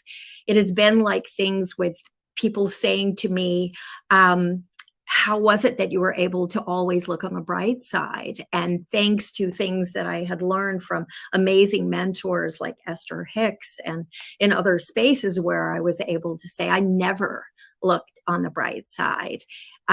Because think about it, if what we focus upon expands, when we're trying to look on the bright side, what are we really focusing on? We're focusing on that big looming dark side.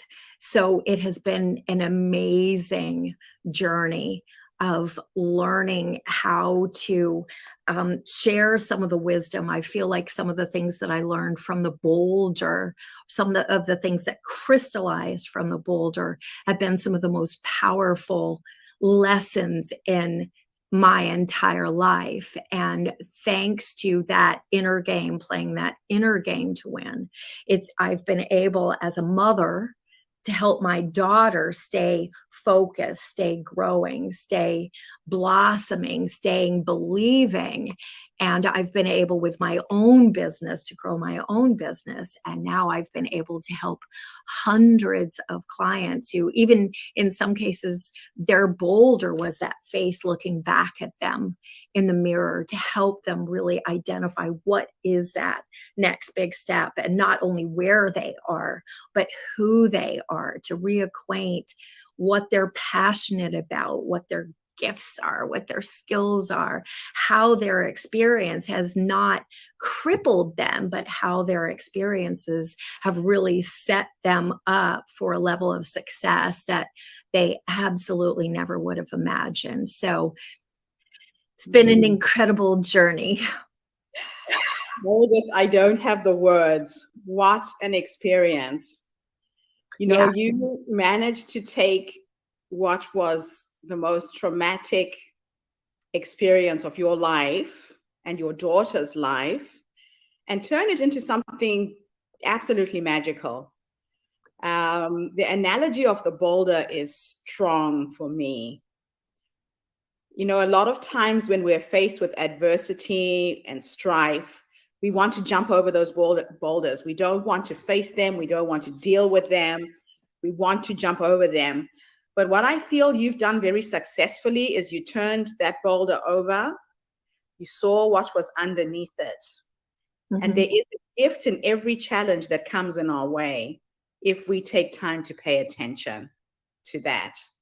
It's interesting that you would say that, because I'm a big language person, and I really believe that nature, life, and words come with a lot of clues. And even the word boulder itself, when you take the you out of boulder, in other words, when you get out of your own way, then and only then are you able to really show up as that bolder version of yourself. And so my life these days is truly about helping the people that I work with unleash the most epic version of themselves. And I believe without any question that this boulder did not come to destroy my daughter and me, just as I believe that our boulders do not come to destroy us.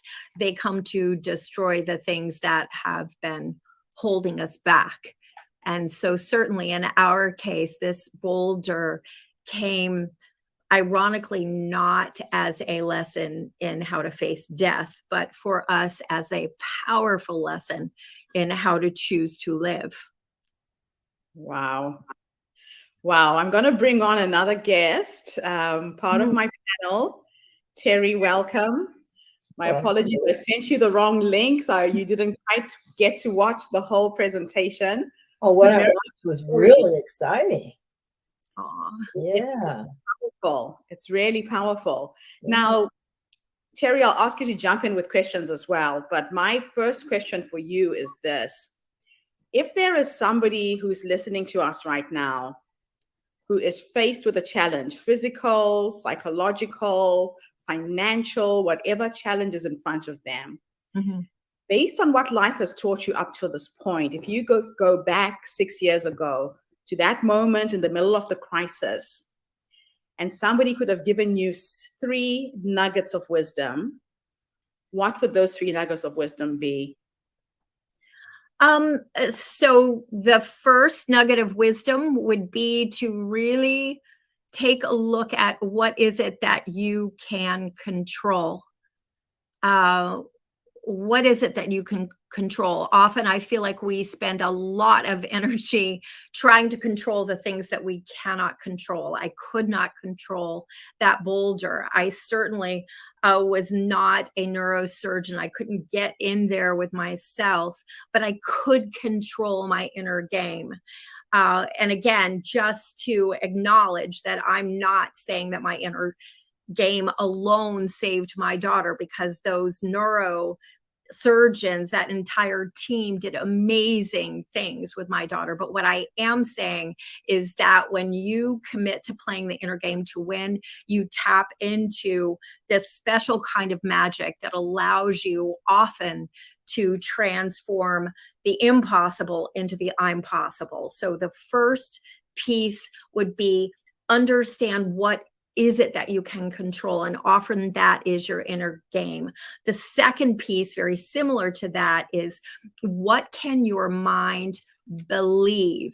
It's super critical that your mind be able to believe it. I could not be of service, be of help, empower my daughter in this situation by standing in front of a mirror and making, nothing against affirmations, but I couldn't just say, I couldn't be a Pollyanna.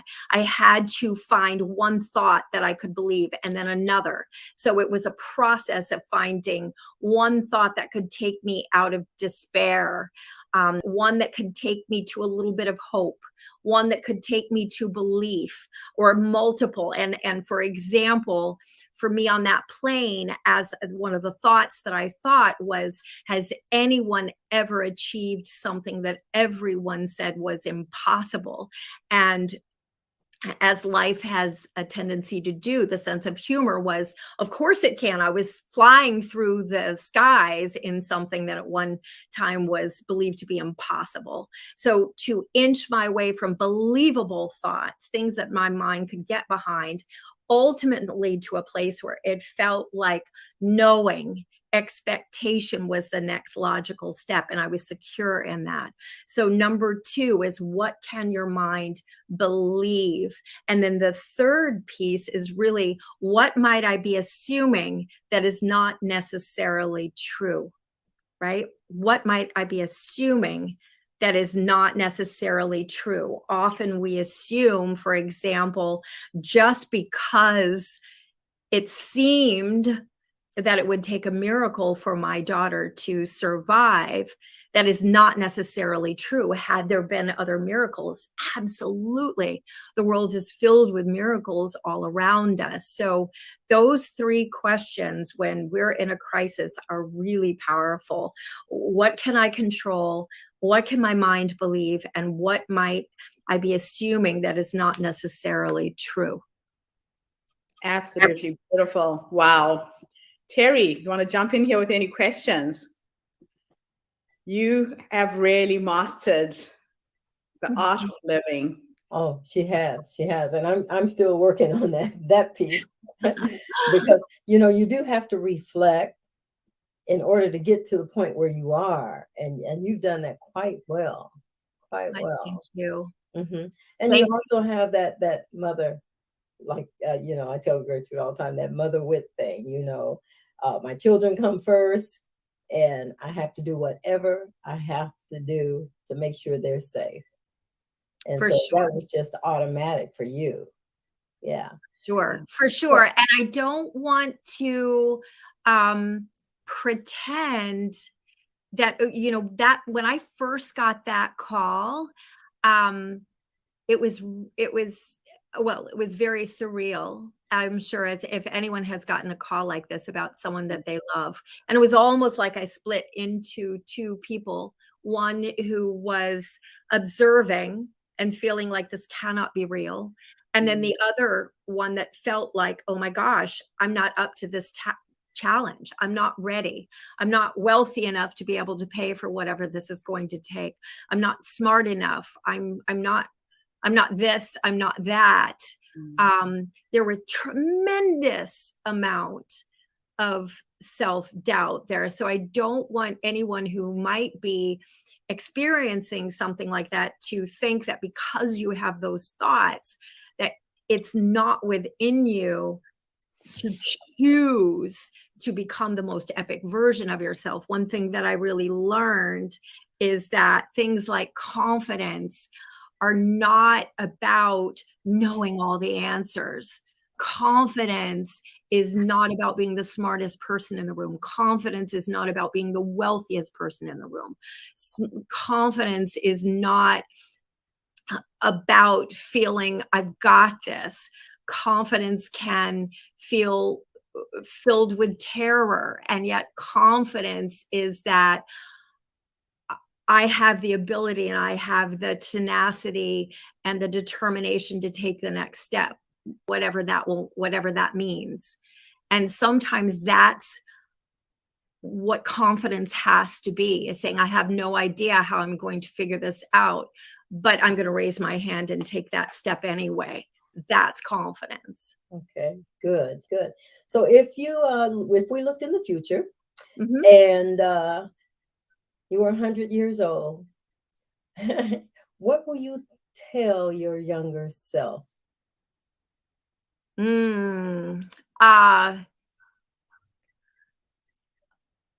I will tell my younger self what an amazing dance this has been, right? I have gotten to the place where I really believe that life is two dance partners, and it's the one that's really fun to dance with. It's those moments that are so brilliant and celebratory that they take your breath away. They're amazing to experience, and we all go chasing after that dance partner. But probably the best dance partner of them all is not one that we would search out, but it's the one with those moments that can be initially so painful that they knock the wind out of us. And yet it is those moments that are really critical, that our lives cannot do without, because they inspire us to let go of things that no longer serve us. They inspire us to ask those different questions. They inspire us to be bold. They inspire us to embrace things that we have been afraid to embrace. So I would tell my younger self, congratulations for dancing, and what an amazing journey this has been. And those moments, every single tear that you've cried, every single scream that you've sent up to the universe,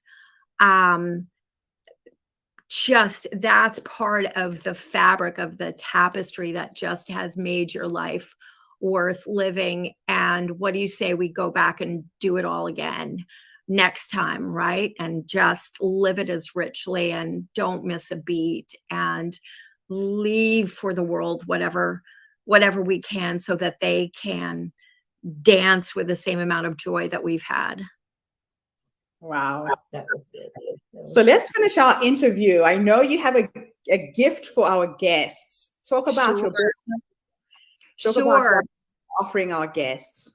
Sure, absolutely. So my passion really is working specifically with women who know that they have something powerful and immense to achieve, and yet maybe facing their own boulders. And often they don't really know what that boulder is. Sometimes, again, it may be just the face in the mirror. Well, I absolutely love working with you if you are that woman and helping you first distill what that boulder is, not only where you are, but who you are, and then helping you to obliterate the things that have been getting in your way so that you can identify and go on to figure out what that next big step is, and then actually make that happen, achieve things that previously would have been impossible. So if you feel like you're facing a boulder and need just a little bit of help kind of untangling it,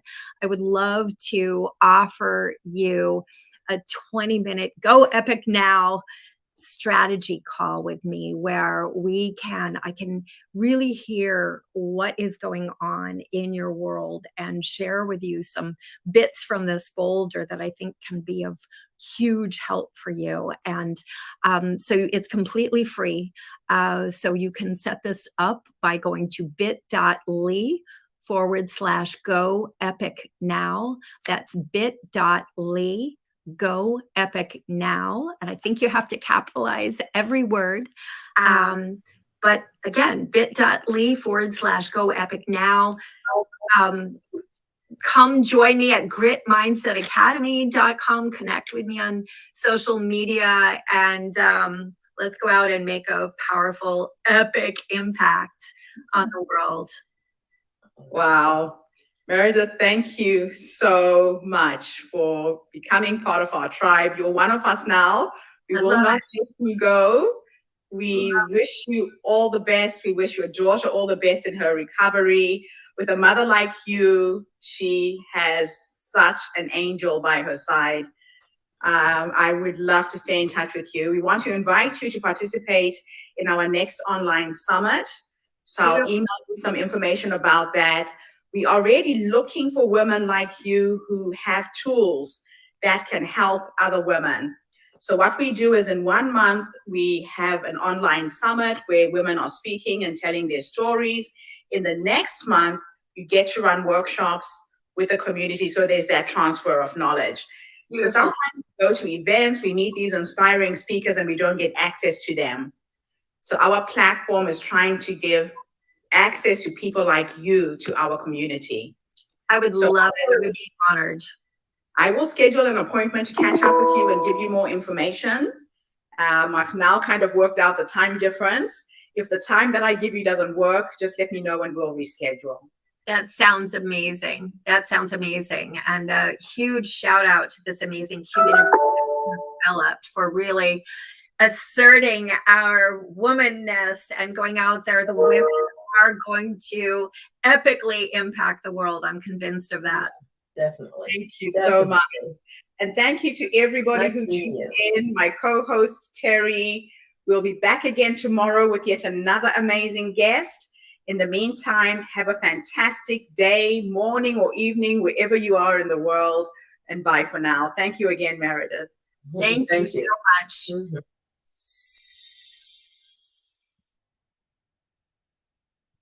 Okay, we're back. Another amazing story, Terry. They just don't stop, do they? There we go. No, they don't. And, you know, even though I was co-hosting at that time, I've still picked up some tidbits. And I probably need to, just out of curiosity, take her up on that 20-minute call, you know, just to see what's going on. Because, you know, I'm in a different place now. And so we'll see if I maneuvered it properly. And that's the beauty of these amazing stories, Terry. We see aspects of ourselves there. Yeah. And see possibilities for change. We are getting exposed to people who can help us make that change. And that's really what is exciting me about this project. Yeah. Wow. I love it. I love it. So moving on to our next guest. Who do we have next, Terry? Dr. Gloria Pope. You're going to read her bio while I line up her video. Okay. Dr. Gloria Pope founded Black Girl Everything LLC to build a platform that shines the light on BIWOC, which is Black Indigenous Women of Color Owned Businesses. BGE, Black Girl Everything LLC, provides tools and resources that promote the growth of the Black and Brown community by collaborating with other businesses to host virtual mini expos, pop up shops, and book tours. Dr. Pope, a native, well respected educator residing in Mount Vernon, New York, is the executive director of Colin Allen Education Center and founder of United Life Consulting. She continues to seek ways to educate the Black and Brown community. The city of Mount Vernon, New York, established Dr. Gloria Pope Day to show their gratitude for her work throughout the community in education, business, and recreation. She is launching her 501c3 called Daisy Dream Project to provide early child care development classes and health services for children and disabilities. She's also embarked on the journey to becoming an author.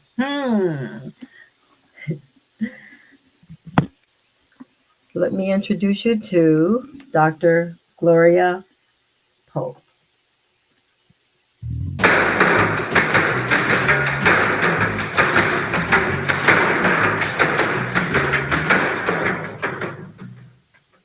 Hello, everybody. My name is Dr. Gloria Pope. I'm based in Mount Vernon, New York. I'm currently 41 and almost 42 years old. My story is an amazing story to tell. I am back in a community where I was born, and I came home to do all the work that I'm doing today. So just a little bit about me and to kind of give you a build up to who Dr. Glow is and where this brand has evolved, especially in the last 4 years. So I was born here in Mount Vernon. I'm the oldest of 15 children, which is unheard of in this day and age to have that many siblings. But I grew up with my mom, mainly my dad. They had a divorce at 12 years old. So we know we have differences and things that happen within our communities where families separate. So I was an interesting teenager, always super smart, was a student athlete here in Mount Vernon, and I did well and I went over to school. So by the time I got to school, I realized that I always wanted to be an educator. And the reason why I think I really want to be an educator is because my sister and I, who we are only a year apart, we spent a lot of time educating our siblings and just taking charge. And then as the oldest, you realize for a fact that you're just meant to be a leader. So I went to school and I started working in the nonprofit world. By the time I was 19 years old, I was actually running my first GED/mentorship program in Philadelphia for Temple University. I enjoyed that so much that I stayed in that and I started working for some other nonprofits within that space. We're doing a lot of mentoring and coaching to the youth within the community. So I stayed within that realm for a while. And then once I was pregnant with my son back in like 2005, I opted to move to Trenton, New Jersey. And when I moved to Trenton, I got a new job. I couldn't find what I was doing previously within the education realm of the GED instruction and things of that nature in adult ed. So then I moved over to early childhood, and that's when I found my passion. I started off as a teacher's assistant in an infant toddler classroom, and it was amazing. It was amazing. I worked with this woman who we're still actually really friends now through social media. We speak all the time. And I realized that she's the first person who taught me the love of actually working with young children. Now, why I realized I love young children so much was because of the fact that you were able to mold your community and mold that child to be something special.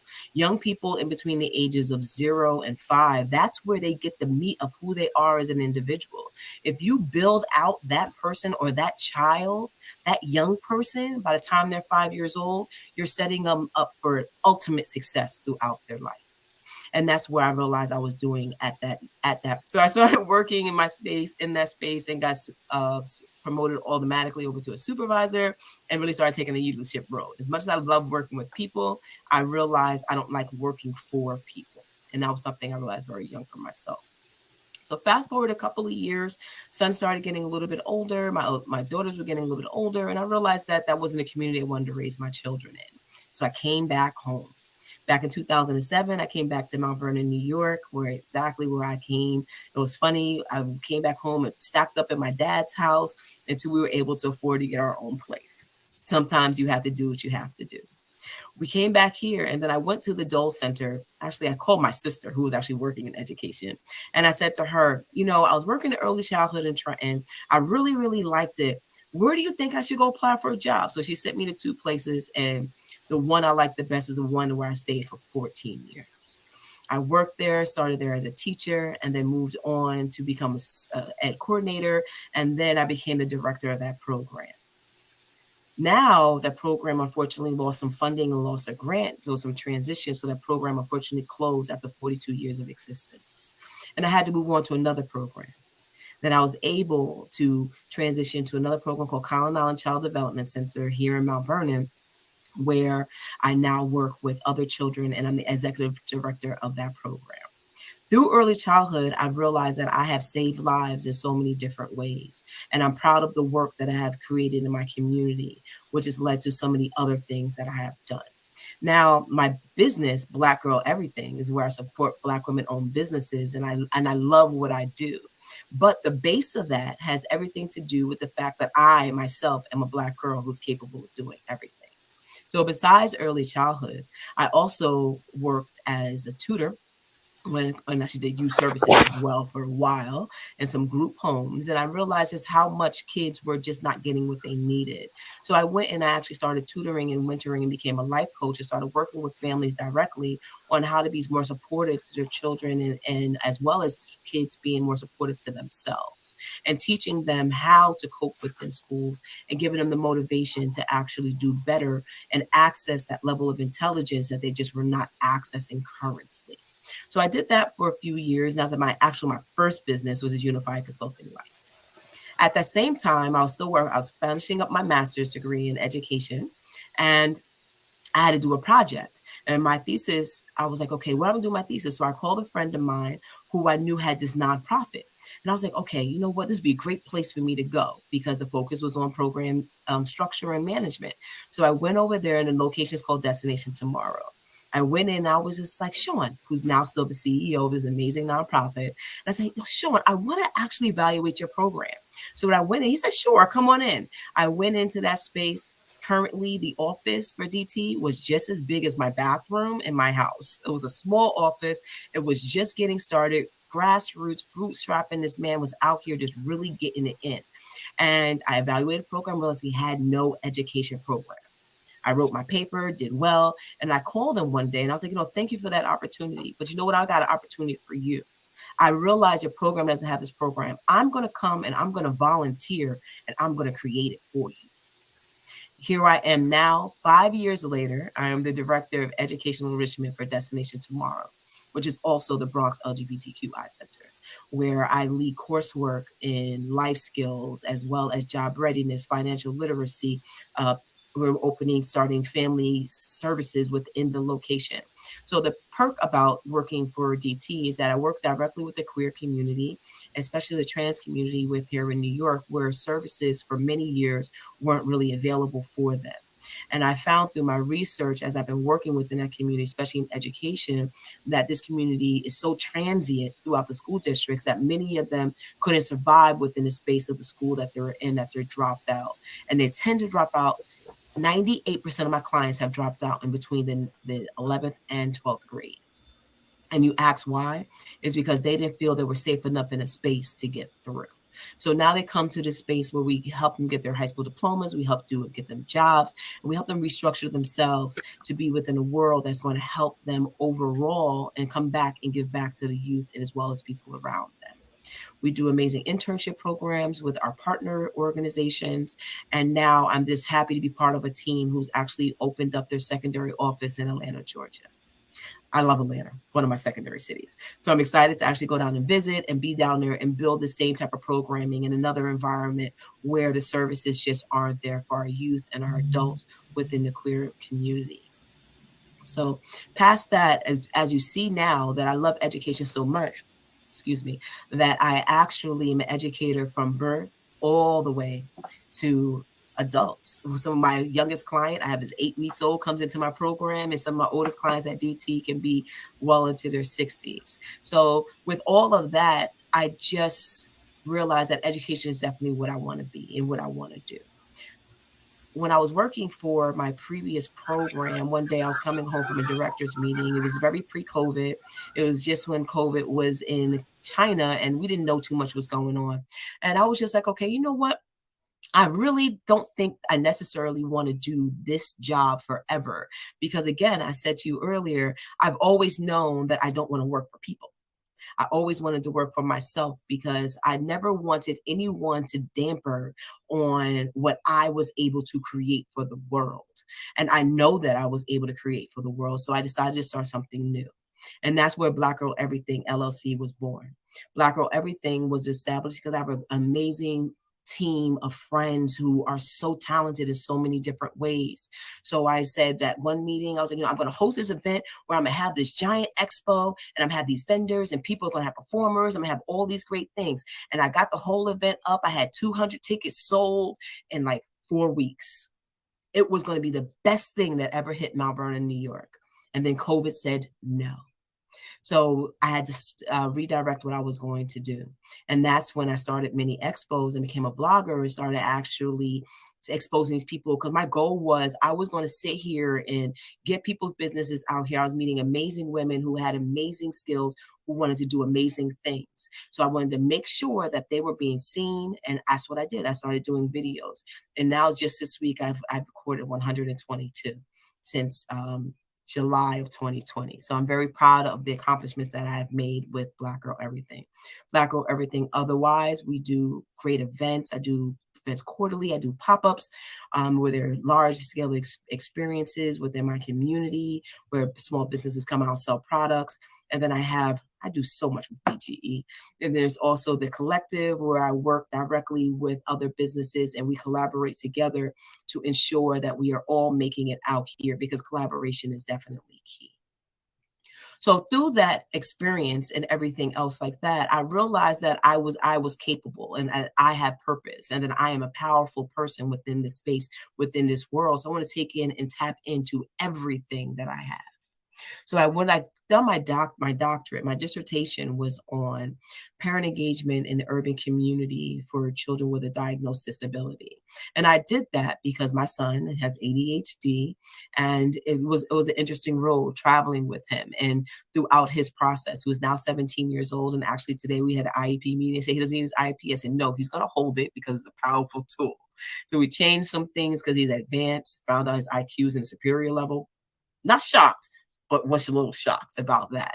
But I love being a mother. And so what I decided to do was to start another organization, which is the Daisy Dream Project. The Daisy Dream Project is my nonprofit where I'm going to be focusing on really rehabilitating the structure and the creativity of Black and Brown communities. It's going to have sensory gyms and spaces where children can't get access to them. It's going to have parent leadership courses, is going to be an engaging space which parents can come with their children, especially with children with differing abilities. I'm not going to use diagnosed disabilities. I'm going to say differing abilities just because children have some limitations. They're matched even more with their strengths. And we want to be strength-based within this organization. We're just getting started. So I'm excited to, as it expands, one of the key things that we're going to be doing is we're focusing on preconception all the way through early adolescence, including building out these infant toddler. In New York, we have special education classrooms. And what we find for Black and Brown communities that our kids don't have access to these classrooms within their actual community. So they're bused minutes, 45 minutes to an hour. They're taking a 2-year-old on a bus to programming. So what the Daisy Dream Project is going to do is actually establish these classrooms within daycare centers, within communities that exist for them. Because I'm all about giving access to everything and everyone. So one of the last things I want to talk about, one of my greatest accomplishments I have had right now, I'm a published author and I have written Hero, Memoirs of Infertility. So like I said, with the Daisy Dream Project is talking about from preconception all the way to early adolescence. So what Hero talks about is actually infertility and how women of color have struggled through infertility. My wife and I, we went through IVF to create our daughter, Lael, who is my rainbow baby from the heavens. She is amazing. And we're so happy to have her. But through that process, we had to experience, loss. We lost a son at 18 weeks, 5 days, and we realized that Black women are just not getting the care that they need. We see the stories over and over about how women of color are dying from childbirth. They're dying in hospitals on a consistent basis. So this book, what it does is it tells a story in three parts of my story, as well as a story of 9 other people from different perspectives. It gives a perspective of married couples. It shows marriages that end in divorce. It also shows people just really trying to live through in a transgender experience, a single experience. The stories within Heroes, Memoirs, and Fertility are going to change lives because 48% of Black women experience infertility, and I needed everybody to know that. So basically, that's Dr. Glow. That's really my story. And I think it's honestly just the beginning of who I am and where I'm going and who I'm going to be. So I'm living in my passion every single day. And I'm just excited to be out here to express what I got going on and get support from community, because community matters. And the more that we work together, the better we all shall be.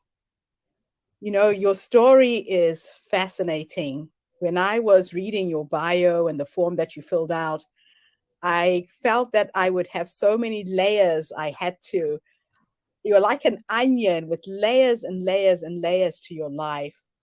So let me take you all the way back to the beginning, because you're a young woman who's been on quite a journey. How did you come to understanding what your own sexual orientation was? And why are you so passionate about supporting this community? Why is it important for people to understand? Well, for me, what I realized that I always knew that I was different. I've always was attracted to girls when I was younger, and I was part of the era where being open about that was starting to change. So I was in high school in the 90s. It wasn't as taboo, but still was very taboo. By the time I got to college and I was in that safe space to be whoever I want to be, because one of the benefits of college is you get to reinvent yourself, especially if you go away to school. I went away 2 hours away to Philadelphia. Nobody really knew me there. So I was able to actually, I can do this. I could sit here and date who I want, be with who I want. And then I'm a leader. So ultimately, nobody was going to tell me what I couldn't be or who I couldn't be. So for me, working with the queer community is so important because I love to empower them that they can be this strong. And then to see also that you can be successful. We don't have to, a lot of, unfortunately, people are thrown from their homes. They don't have anything. They're running away. They come to places like New York where they're living with other people of the queer community who come on as their mother and their father and support and take care of them, especially we talk of things of the ballroom scene. So I wanted to make sure I was in a space where I can show that, yes, I am queer. Yes, I am me. But yes, I am also very successful. And that's why I stand within that space the way that I do, because I wanted people to see that you can be somebody. And I love empowering them to get them to the next level. So standing in my truth was one of the best things that I ever did for me, because I think it set me up to make all these decisions who have made me exactly who I am today. So Black Girl Everything Mhm. is a personification of your work wrapped in one. Am I correct? Yes, it is. Delve into more detail what inspired you to do this. And if somebody's listening to us right now who's needing your kind of help, 3 nuggets of wisdom. What 3 nuggets of wisdom would you give them? Mhm. Well, Black Girl Everything, so it starts off with the fact that I was divorced before my first marriage, got married very young, and went through a real traumatic experience. And after 12 years, I decided enough was enough, and I walked away from that situation. And then I was blessed in this world to cross paths with somebody who I knew from my childhood, who is now my wife, and we've been married now 5 years, been dating, been together for now 9. With her, I was also blessed with an amazing group of friends. I've never been in it. I've always had friends, but this group of women were so close, so intact. And I felt that I came within the space and I became part of the team. And this team had so many talents. We had authors, there's social workers, there's event planners, and everybody, there's nurses, everybody just has this level of talent. So one of my friends, Vanessa Moore, was this great author, and she just wanted to fly under the radar. And I was like, no, you're not going to fly under the radar.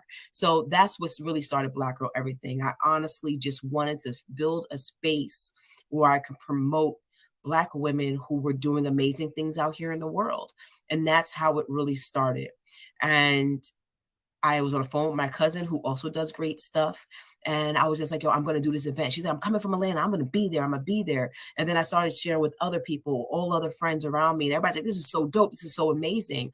And it just came at the right time because we noticed during the pandemic that we were all so quiet and also still that we was able to really see what was going on around us, and creativity kicked in because, Black women are the center of the universe. So we create all the time. But with that free time, we were able to really see what our real purpose was in the world. So businesses were popping up everywhere all the time. So I just wanted to talk about them. And that's where Black Girl Everything came from. In regards to nuggets for people, all I'm going to sit here and say, sometimes sit quiet. Sit quiet because the universe is ready to give you everything you want. All you have to do is ask for it. And when the universe tells you after you ask, all you have to do is move on it. And then after you move on it, all you have to do is let yourself shine. Because the universe is promised to everybody for us to be our best selves. And your best selves is just living within your purpose and living for everyone, all at the same time, and sharing everything that you know, because you're going to be great because you were meant to be great. You are literally singing my song today. You have no idea how sweet it sounds to hear you express in this way. As women of color, we sometimes are held back by our own perception of our abilities and what we can do. Mm-hmm. One thing that you have emphasized is community and the importance of community. And I'm a community builder. I believe that alone you can only go so far, but with a collective of other women, you can go even further. Mm-hmm. So how have you galvanized your community? How do you keep them connected and together? The collective. So one of the first things that Black Girl Everything created was the collective. And the collective is, and people say, well, how do I become part of like the basic collective? Is honestly, once you have a conversation with me, you are automatically part of the collective. And you become an asset to me and everyone else around me, or anyone else who I've engaged with at some point in time, because community is important. And people who are growing businesses, and the key thing that we all have to know, that your net worth is determined by your network. So if you don't have the network, you're not going to get the net worth. So you have to work and collaborate with others to move forward. That's where collaboration is key. This is why I do these interviews. This is why I interview with other people, because I want to keep building on my network and building on opportunity, so I can bring these opportunities back to every single individual that I work with and give them the opportunities to grow within their organizations. So, being part of a community is key. You have to work together. And with Black Girl Everything, keeping everybody connected is one of the main reasons why I host a lot of my events. So I do these pop-ups quarterly, right? But then I also do things where I do seminars on a monthly basis where people come and they just join in. If I don't see a particular vendor or business that I've worked with in the past pop up on social media, I pick them up. I pick up my phone on a random Tuesday and just call them and say, how are you? Are you okay? I haven't seen you on social media. I haven't seen you post about your business. I see that your website things haven't changed in a while. And I actually go back and just literally just check in. And sometimes I find people say that I'm lost, I'm stuck. And then we have a conversation to try to reignite their passion and their process. Or I link them with other people or other resources that they need to ignite and reignite their passion. So we have to hold each other accountable. We have to be there for each other, because calling somebody and saying, hey, you know what, I ran out of your body butter. What's going on? Are you still making it? Why not? Let's go. Let's get started. Well, how can I help? How can I be here to support you? And we can all move forward, because if we all move that way, everybody's going to flourish. Everyone will flourish. There's millions and billions of people in the world. There's no need to compete. Competition is never necessary, but collaboration is always necessary. This is just wonderful to hear. You know, a lot of times women are so busy competing against each other and not realizing that that collaboration piece is our superpower, and we have the ability to do it intuitively and naturally. We've just been taught by society that there is a certain way of being, but the collective is everything. So if I could take you to that time when you were struggling with infertility, you're blessed that you managed to get your beautiful baby. But if there was a woman who is going through this right now, based on your experience and how the outcome of your life turned out, what three nuggets of wisdom would you give somebody else? What would you have wanted somebody to have said to you when you were struggling? Whew. So tapping into those emotions. So tapping into those emotions within that time was very interesting. So I didn't carry. So my son, who was 17, I naturally had him, did not have any concerns. My wife, unfortunately, had a fibroid, which was causing her infertility issues, which forced us to go the route of IVF. IVF, you know, when I was growing up, everybody thought that IVF was for the rich people, right? It's for rich people. You know, poor people don't do it. We can't afford it and everything else like that, because the reality is hardly you can't. New York State has established some great laws, has made it more affordable for people to have access to that type of care, but it is out of reach for a lot of people within a lot of communities. So when it comes down to infertility, our process was challenging. It was challenging. And the key thing when you're dealing with infertility, of any type of infertility, is that it is not a sprint. It is a marathon. Going to the doctors and paying, you know, 10, 15, 20, $30,000 for a process, and it's not a miracle. There's no miracles behind this. You got to work every single day. You got to keep up with the doctors. You got to watch what you're putting into your body. And then you also have to watch your mind, because the mind is a very powerful thing. So if you're down and out, if you're not in a safe space within your relationship, if you're not necessarily comfortable with what's going on in your life, or you're overly stressed, it's also not going to work. So for people who are experiencing infertility, I'm going to tell you, you are not alone under any circumstance. You know, I speak a lot about women of color because I want to speak from our experience. And the fact is that, again, that 48% of women of color actually struggle to actually get pregnant. It's hard. It's so hard. And we have things like endometriosis, there's fibroids, there's PCOS, every single thing under the book we all get hit with. Okay. So what I say for women who are going through this process is that you are not by yourself. There's somebody who's probably next to you within your space that's going through the same thing. 1 in 4 women experience a miscarriage in their life, at least one. 1 in 4 women. And some women have had a miscarriage, don't even realize, because it happened so early before you even can realize that you had the miscarriage. So with those type of numbers, 48% of women of color and 1 in 4 having a miscarriage. So when you go through those experiences, it's not just you. It's happening all around you every single day. I know now when I go to events after I release my book, I get people who, every single thing I go to, every time I'm outside, people see me, they pull me to the side. They're like, Dr. Glow, thank you so much for writing that book, because I'm going through this. This is my process. I'm going to read your book. This is what I'm experiencing.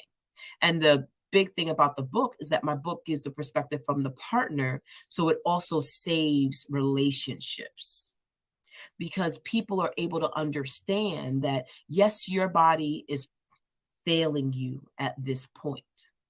But you have somebody next to you who's also in it with you, who's experiencing that. Because you sit there and people say people don't survive. 50% of marriages don't make it through infertility. Literally. Is one of the hardest things. People think that money and jobs and all those things really cause a lot of issues, but not being able to create life is even worse. So again, you're not by yourself.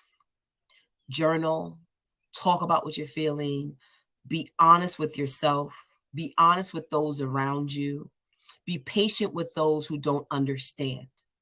Because you're going to have those people who's like, well, you not have a baby yet, and those type of questions. And be honest with you know what, I'm going through these certain experiences. And also, don't allow people to dump their sad emotion on you within your space. One of the key things that I did, especially after we lost our son, was that I took time and space for us. And I was very clear with everyone else around us. I know that you guys are sad that we lost Laylan. I know that you're sad that we're having this experience. We know it. I don't need you to dump it on us every day. I don't need you to call us crying. I don't need you to show up with tears in your eyes. That's not what we need. What we need is safe spaces. We need spaces so we can process our emotions and our feelings because we are actually the ones experiencing it. So sometimes we took time away from people.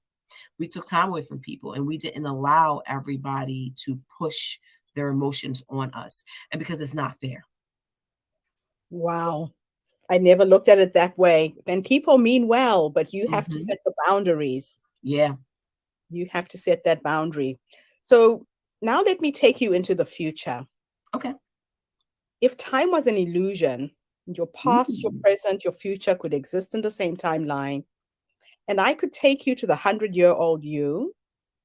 You're now sitting with your grandchildren and your great grandchildren. And if you could have a conversation with that wise woman who has led you to that point, Mhm. what would you say to your future self based on how you've lived your life? Wow. It's so funny because when I spend time in my yard, and I spend time out there, and I always talk about when I have grandchildren or children, and that my children will always be able to come here to this space and to exist within this world. Um, Words that I would want to share at 100 years old is that live every day as every day is your most important day. Exist within moments and don't just let them just fade away. Because sometimes we just don't take time to exist within the moment. We're so worried about what's going to happen next, but enjoy life because life is a beautiful place. Even in the hard times, there's always that light on the other side. So I think that, definitely 100-year-old me would be out there with my 25 grandchildren and my 50 great grandchildren just running around. Everybody there, the biggest family reunion ever. Because I'm definitely going to have a party when I turn 100. It's going to be very fabulous. And I will tell them all, just live within the moment because every moment matters. Absolutely beautiful way to end our interview. Is there anything else I should have asked you and didn't? No, I think you asked great questions. I think I got, my whole life and passion out there. Oh, Um, awesome. I always throw that in case I miss something. Oh, this is beautiful.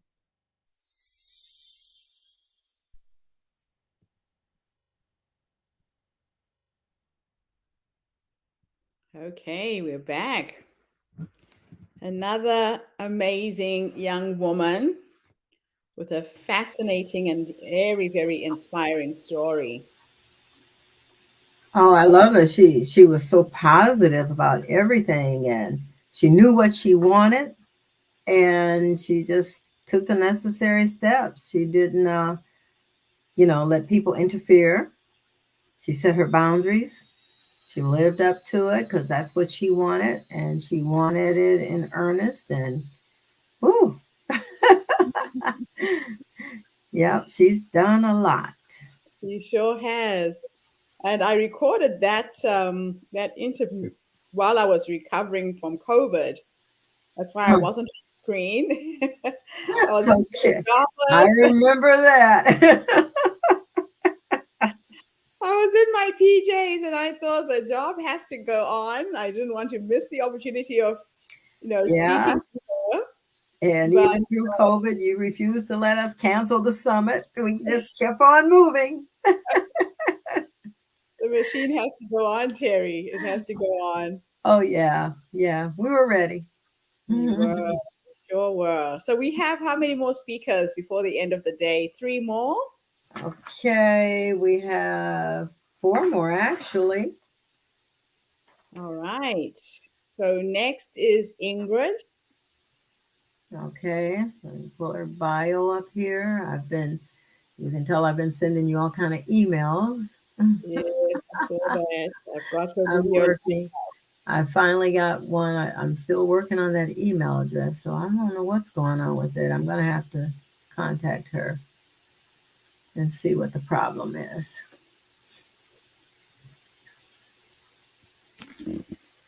Okay. Our next speaker is Ingrid Denter. She's a certified emotional freedom technique EFT master trainer who specializes in using the stress relief tool EFT to release war trauma in veterans. So this would be good for, oh, I can't even think of the name of it now.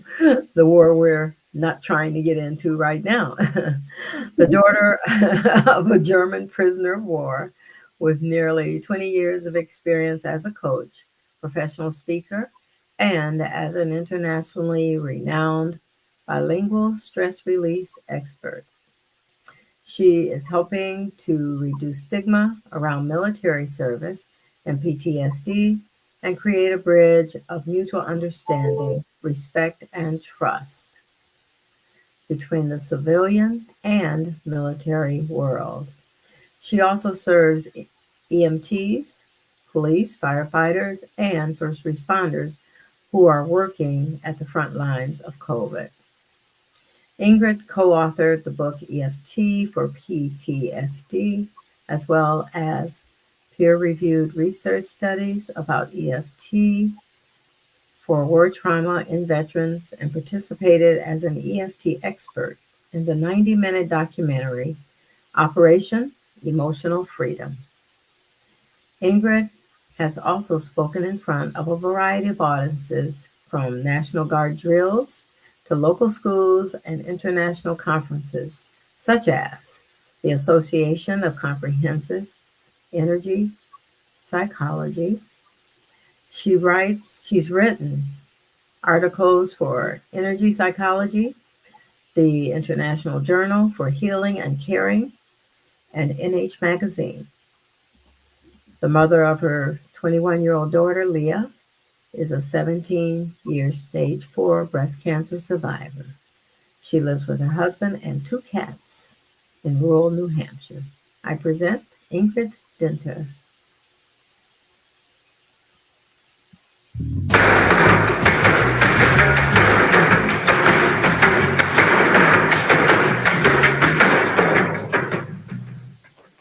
Hello, my name is Ingrid Dinter.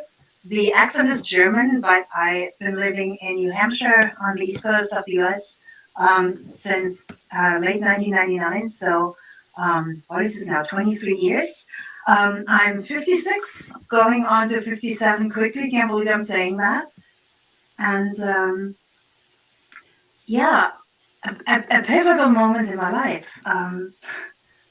So imagine that. I was I was in my mid 30s, 30, 36, 37.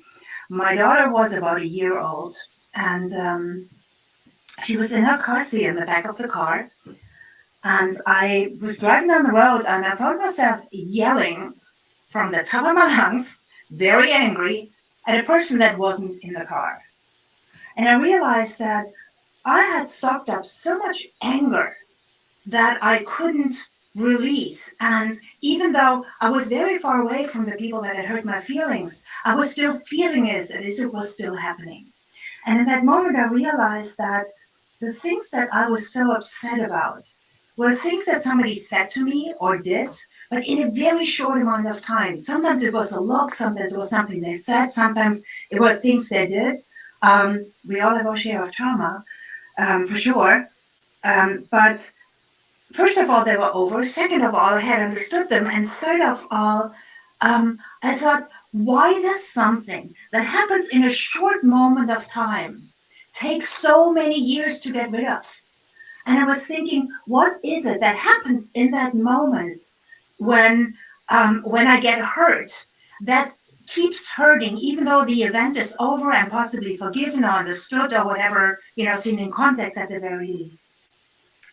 And that started a quest to learn how to release traumatic memories, how to release the sting of them, how to release the tension, that grip that it still has on people, even if the event is long over. I went through different avenues. A lot of people obviously know Reiki and yoga and things like that, so I became a teacher of both. But I realized at some point when somebody told me about a technique called EFT tapping, which is acupressure on release points on your skin that are right here where I demonstrate. When you do that while you hold a traumatic moment in your mind, the intensity of that moment goes away.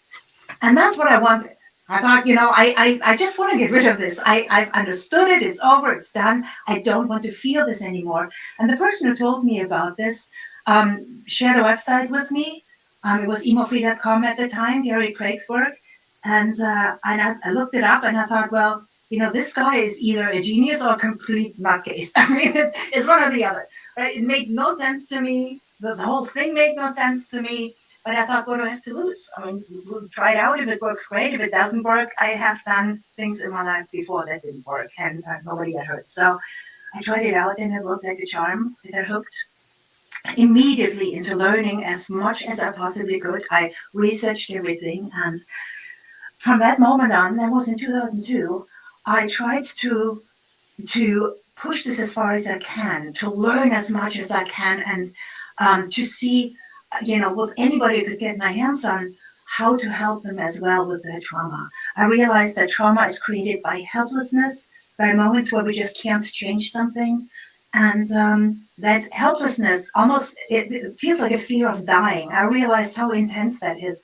And so I developed a way of helping people through these moments, out of those moments, with this technique called EFT tapping. Became a master trainer, taught many classes and all of these things.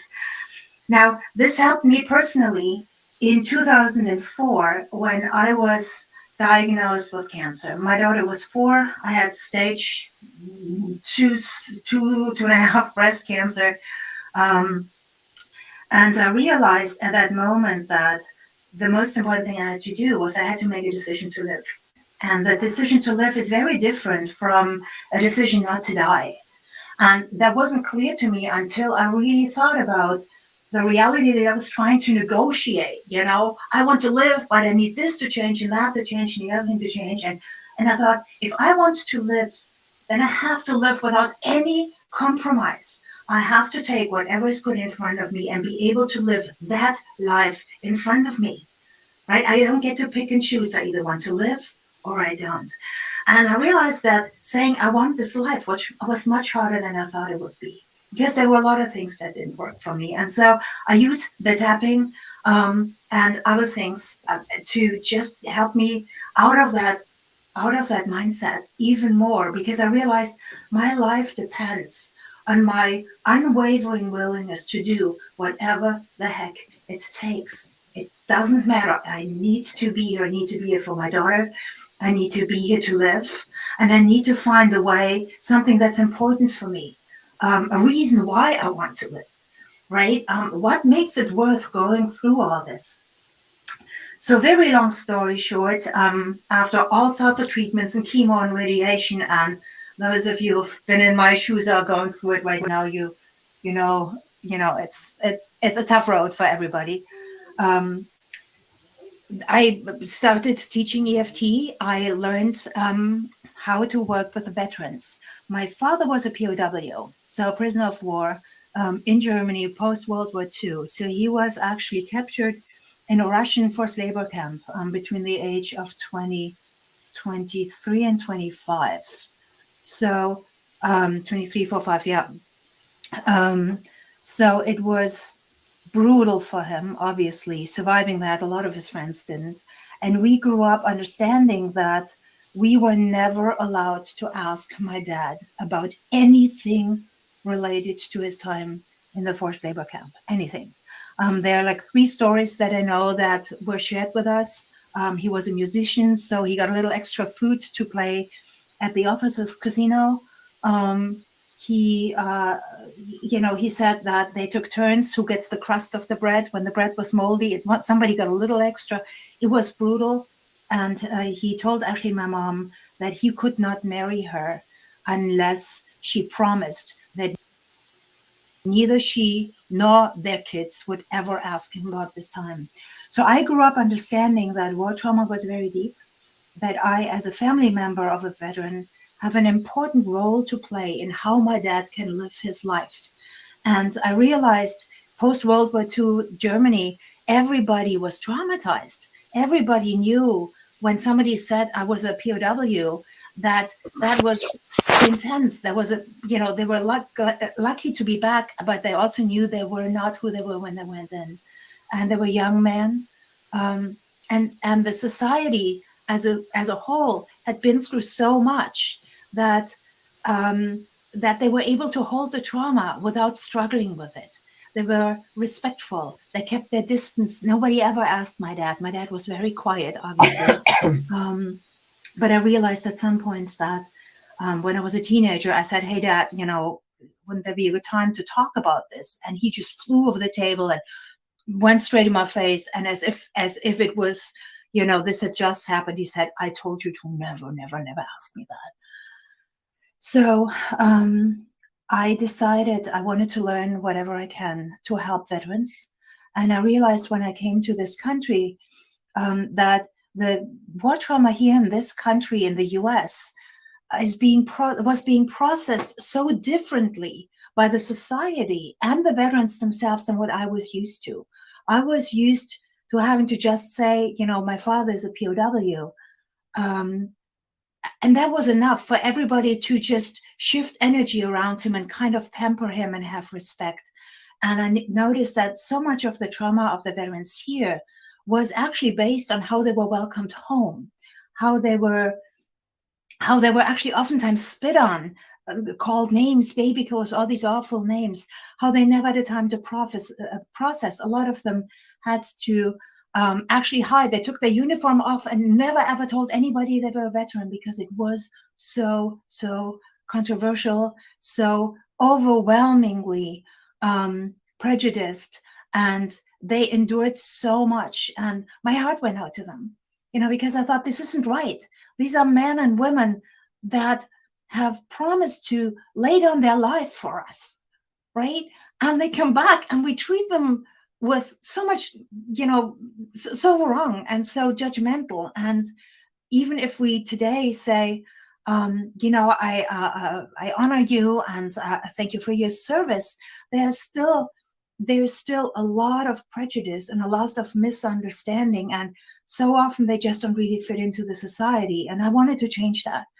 So with EFT, I was invited by the founder of EFT, Gary Craig, to film a documentary with him and a number of other wonderful EFT practitioners and a group of veterans, which was completely life-changing.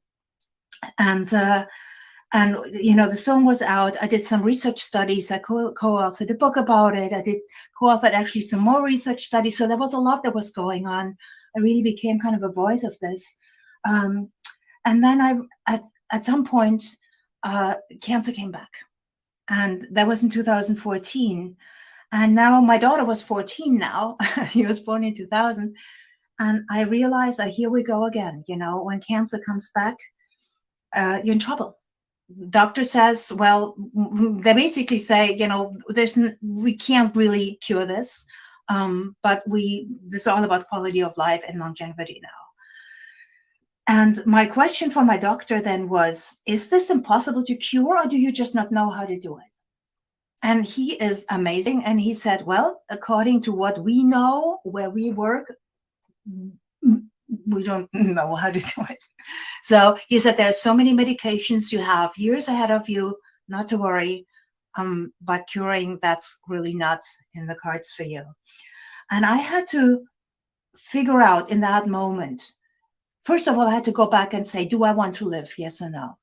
And I realized in that moment that if I don't go now and find a reason to stay, a real reason to stay, then why would I go through all this, right? And this became even worse.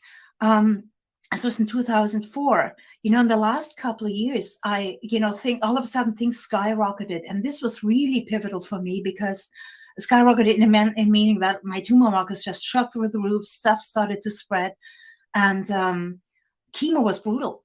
And this is chemo here. It was brutal. I couldn't walk. I was sick as a dog. I had no energy for on and on.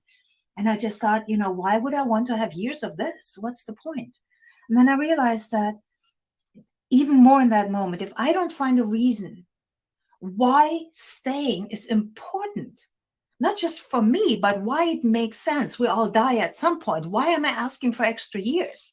Right? I might as well just say, hey, no more treatment, I'm done. Well, now let's let things take their course. If I don't want this, and if I, have that spiritual desire to stay, then I better have a good reason. And I realized that if I don't now really commit to sharing what I know about the work with veterans, building that bridge between veterans and the civilian world, helping as many people as I possibly can to heal that war trauma inside of them, then I really, this would be a good time to check out. I've saved a lot of lives. We all have in our own ways. I've lived a good life. I've helped a lot of people. My daughter now is, what is this, 22? So she's 22, almost 22 in June. So I better get started on that, right? And then I realized I had to shift my resources. I had to find out, has this ever been done before? I had to start implementing things that my doctor didn't know about, because once I do that, then, the diagnosis really doesn't mean anything, because he doesn't, the diagnosis is only as good as the person who gives it to you. And if he doesn't know about, frequency therapy, then he can't predict what the outcome would be if somebody uses this. So I use a lot of frequency therapy and rifing and different things, essential oils, and my tumor markers are as low as they've ever been. So it's very exciting. And I realized that I have a gift and a responsibility, which brought me to beautiful Gertrude here, to share the work about the world about this, about how to help veterans heal. And if I can just say one more thing, when I speak, when I have a keynote, what I usually do is first I have the veterans stand up and honor them. And obviously here in the US, people applaud and share their gratitude. But then I ask them to keep standing. And I say, with the mothers of veterans and the parents of veterans, please stand up. The spouses, the children, the brothers and sisters, the uncles and aunts, the nieces and nephews, the grandparents and the grandchildren. At that moment, the entire room, no matter how big the audience, is standing. We all carry war trauma in our hearts, in our DNA, and with us. And that impacts us. And we need to heal that in us and with our veterans in order to have a different life. And that's kind of my mission in life. And I decided to fight for that. So here I am. Wow. Ingrid, you have an incredible story. Absolutely incredible. The thing that strikes me the most about your story is that a lot of trauma is internalized. Sorry about this. A host should never have their phone on while they're doing an interview. My apologies. So I was saying a lot of illness comes out of emotional experiences that we have. Do you think that your cancer could have been related to the generational trauma that was passed down to you by your father? How could it not? Yeah. Well, I mean, the data, the research actually shows that trauma gets handed down Yeah. through the generations. They did a research. There was one of the studies was published. It was a British research. They did a study on Holocaust survivors. Yes. You know, and they found that even the 2 generations down, they still had DNA mutations. We find that with the energy work that we do, we find that it impacts, it downregulates the amygdala, that fight-flight freeze response in your brain. It impacts your genes. You know, there are 73 genes that are being impacted when you do the work. So there's something that happens when we do this work. The stress hormones get downregulated, the immune system gets upregulated. There's such a connection between how we feel, who we are as people, how our genes have been impacted and gotten hurt through all the things that we've experienced and our ancestors have experienced, and we have responsibility for that. Mm. Now, your EFT technique is very, very simple. Explain to people exactly what happens when you're tapping and where you're tapping and why it's so effective. Happy to. So what you do is you tap on the endpoints of meridians. There are 4 steps to EFT. The first one is you tune into something that bothers you, right? So what I'm not saying is the event, but how the event feels to you. So, for example, or an issue. Let's take something very simple. Let's say somebody says, I'm overweight, right? That by itself is just true, possibly, right? It's just a fact. My question then is, how do you feel about that, right? And they will say, well, I'm sad. How sad are you on a scale of 0 to 10? And they will say, it's a 10, or ashamed or frustrated or whatever it is. So that's what we tap on. We tap on how it feels, how we respond to it, not just the fact that it's there. So we're not looking for solutions. We're looking for how it feels. It's a very different approach. And then what we do is this. We tap on the side of the hand, which is basically halfway between the base of your pinky and your wrist, right here, right? And you just tap on this, on the side of the hand point like this, and you say a statement like this: even though I have this sadness, I completely love and accept myself. Even though I have this sadness, I completely love and accept myself. Even though I have this sadness, I completely love and accept myself. And the reason we say that is because we want to make sure that we're in alignment with letting this go. Sometimes we so identify with a feeling or an event or, something that we're not actually okay with letting it go, or there's a secondary gain in it, a fear of letting it go for some reason. So that's what this takes care of. So we get into alignment. Even though I have the problem, I accept myself. And then very straightforward, easy endpoints of meridians. So you tap on the inside of the eyebrow, just like that. And you just say this sadness. On the outside corner of the eye, this sadness. Under the eye, on the bone, this sadness. Between nose and upper lip, this sadness. Between lower lip and chin, this sadness. Under the collarbone, that's when you go down the middle of your throat, you come to a U. Right and left of the U is a little knuckle from your collarbone, and you tap right under that collarbone. The sadness. And the last point is 4 inches below your armpit on the side of your body. So it's not in your armpit, it's actually 4 inches below, 4 inches lower. The sadness. And then at the apex of the ears, which is kind of here, you tap around here and say the sadness.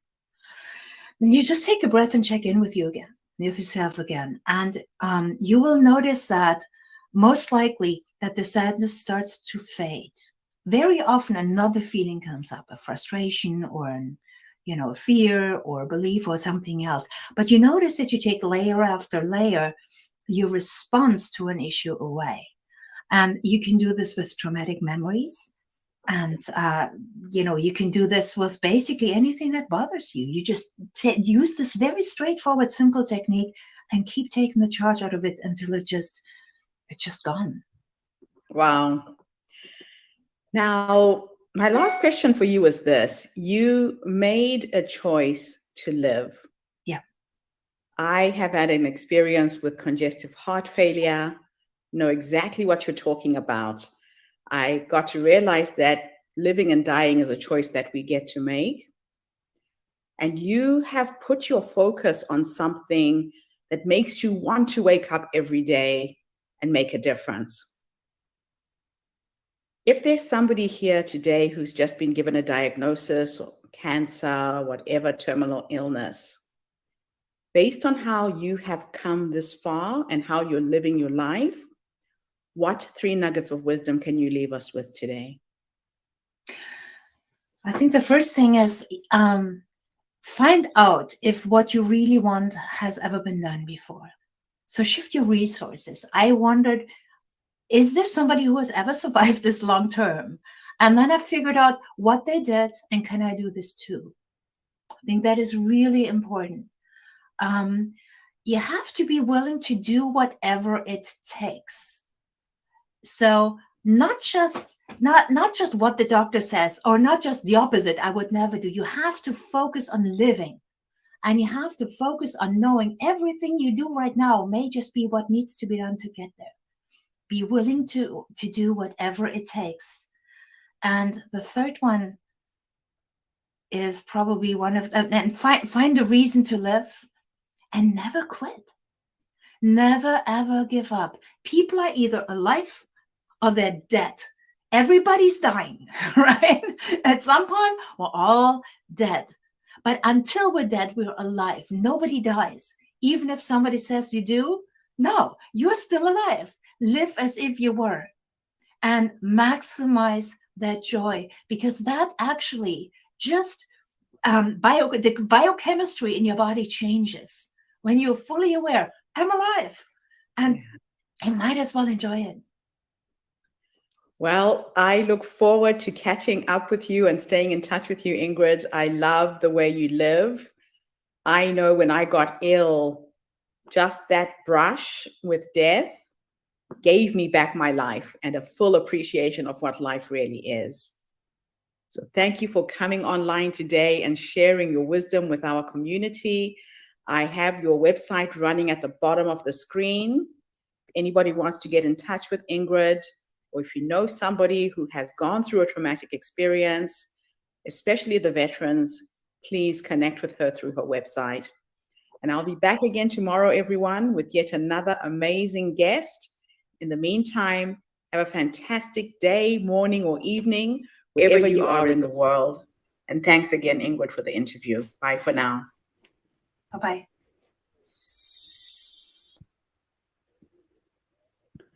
All right, Terry. It looks like yet the end of another amazing presentation and the end of our day.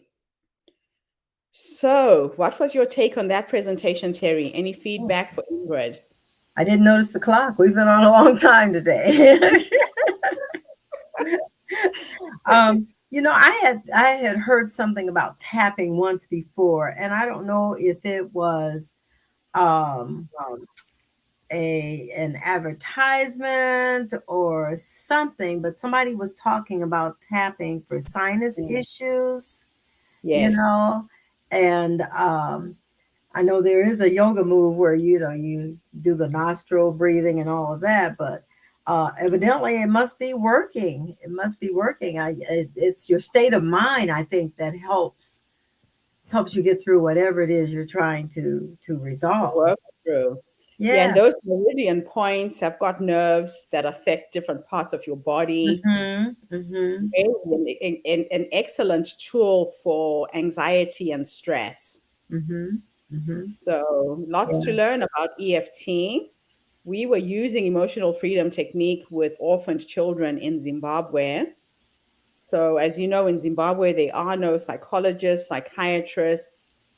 During the AIDS pandemic, you would have hundreds of children who've lost both parents, and they just had to cope in whatever way they could. So somebody taught me EFT, And we started using it on the children when they got anxious and stressed, taught Oh, them how to tap on the side of a hand, on okay. their head, on the, so there's different meridian points that affect your emotions when you tap.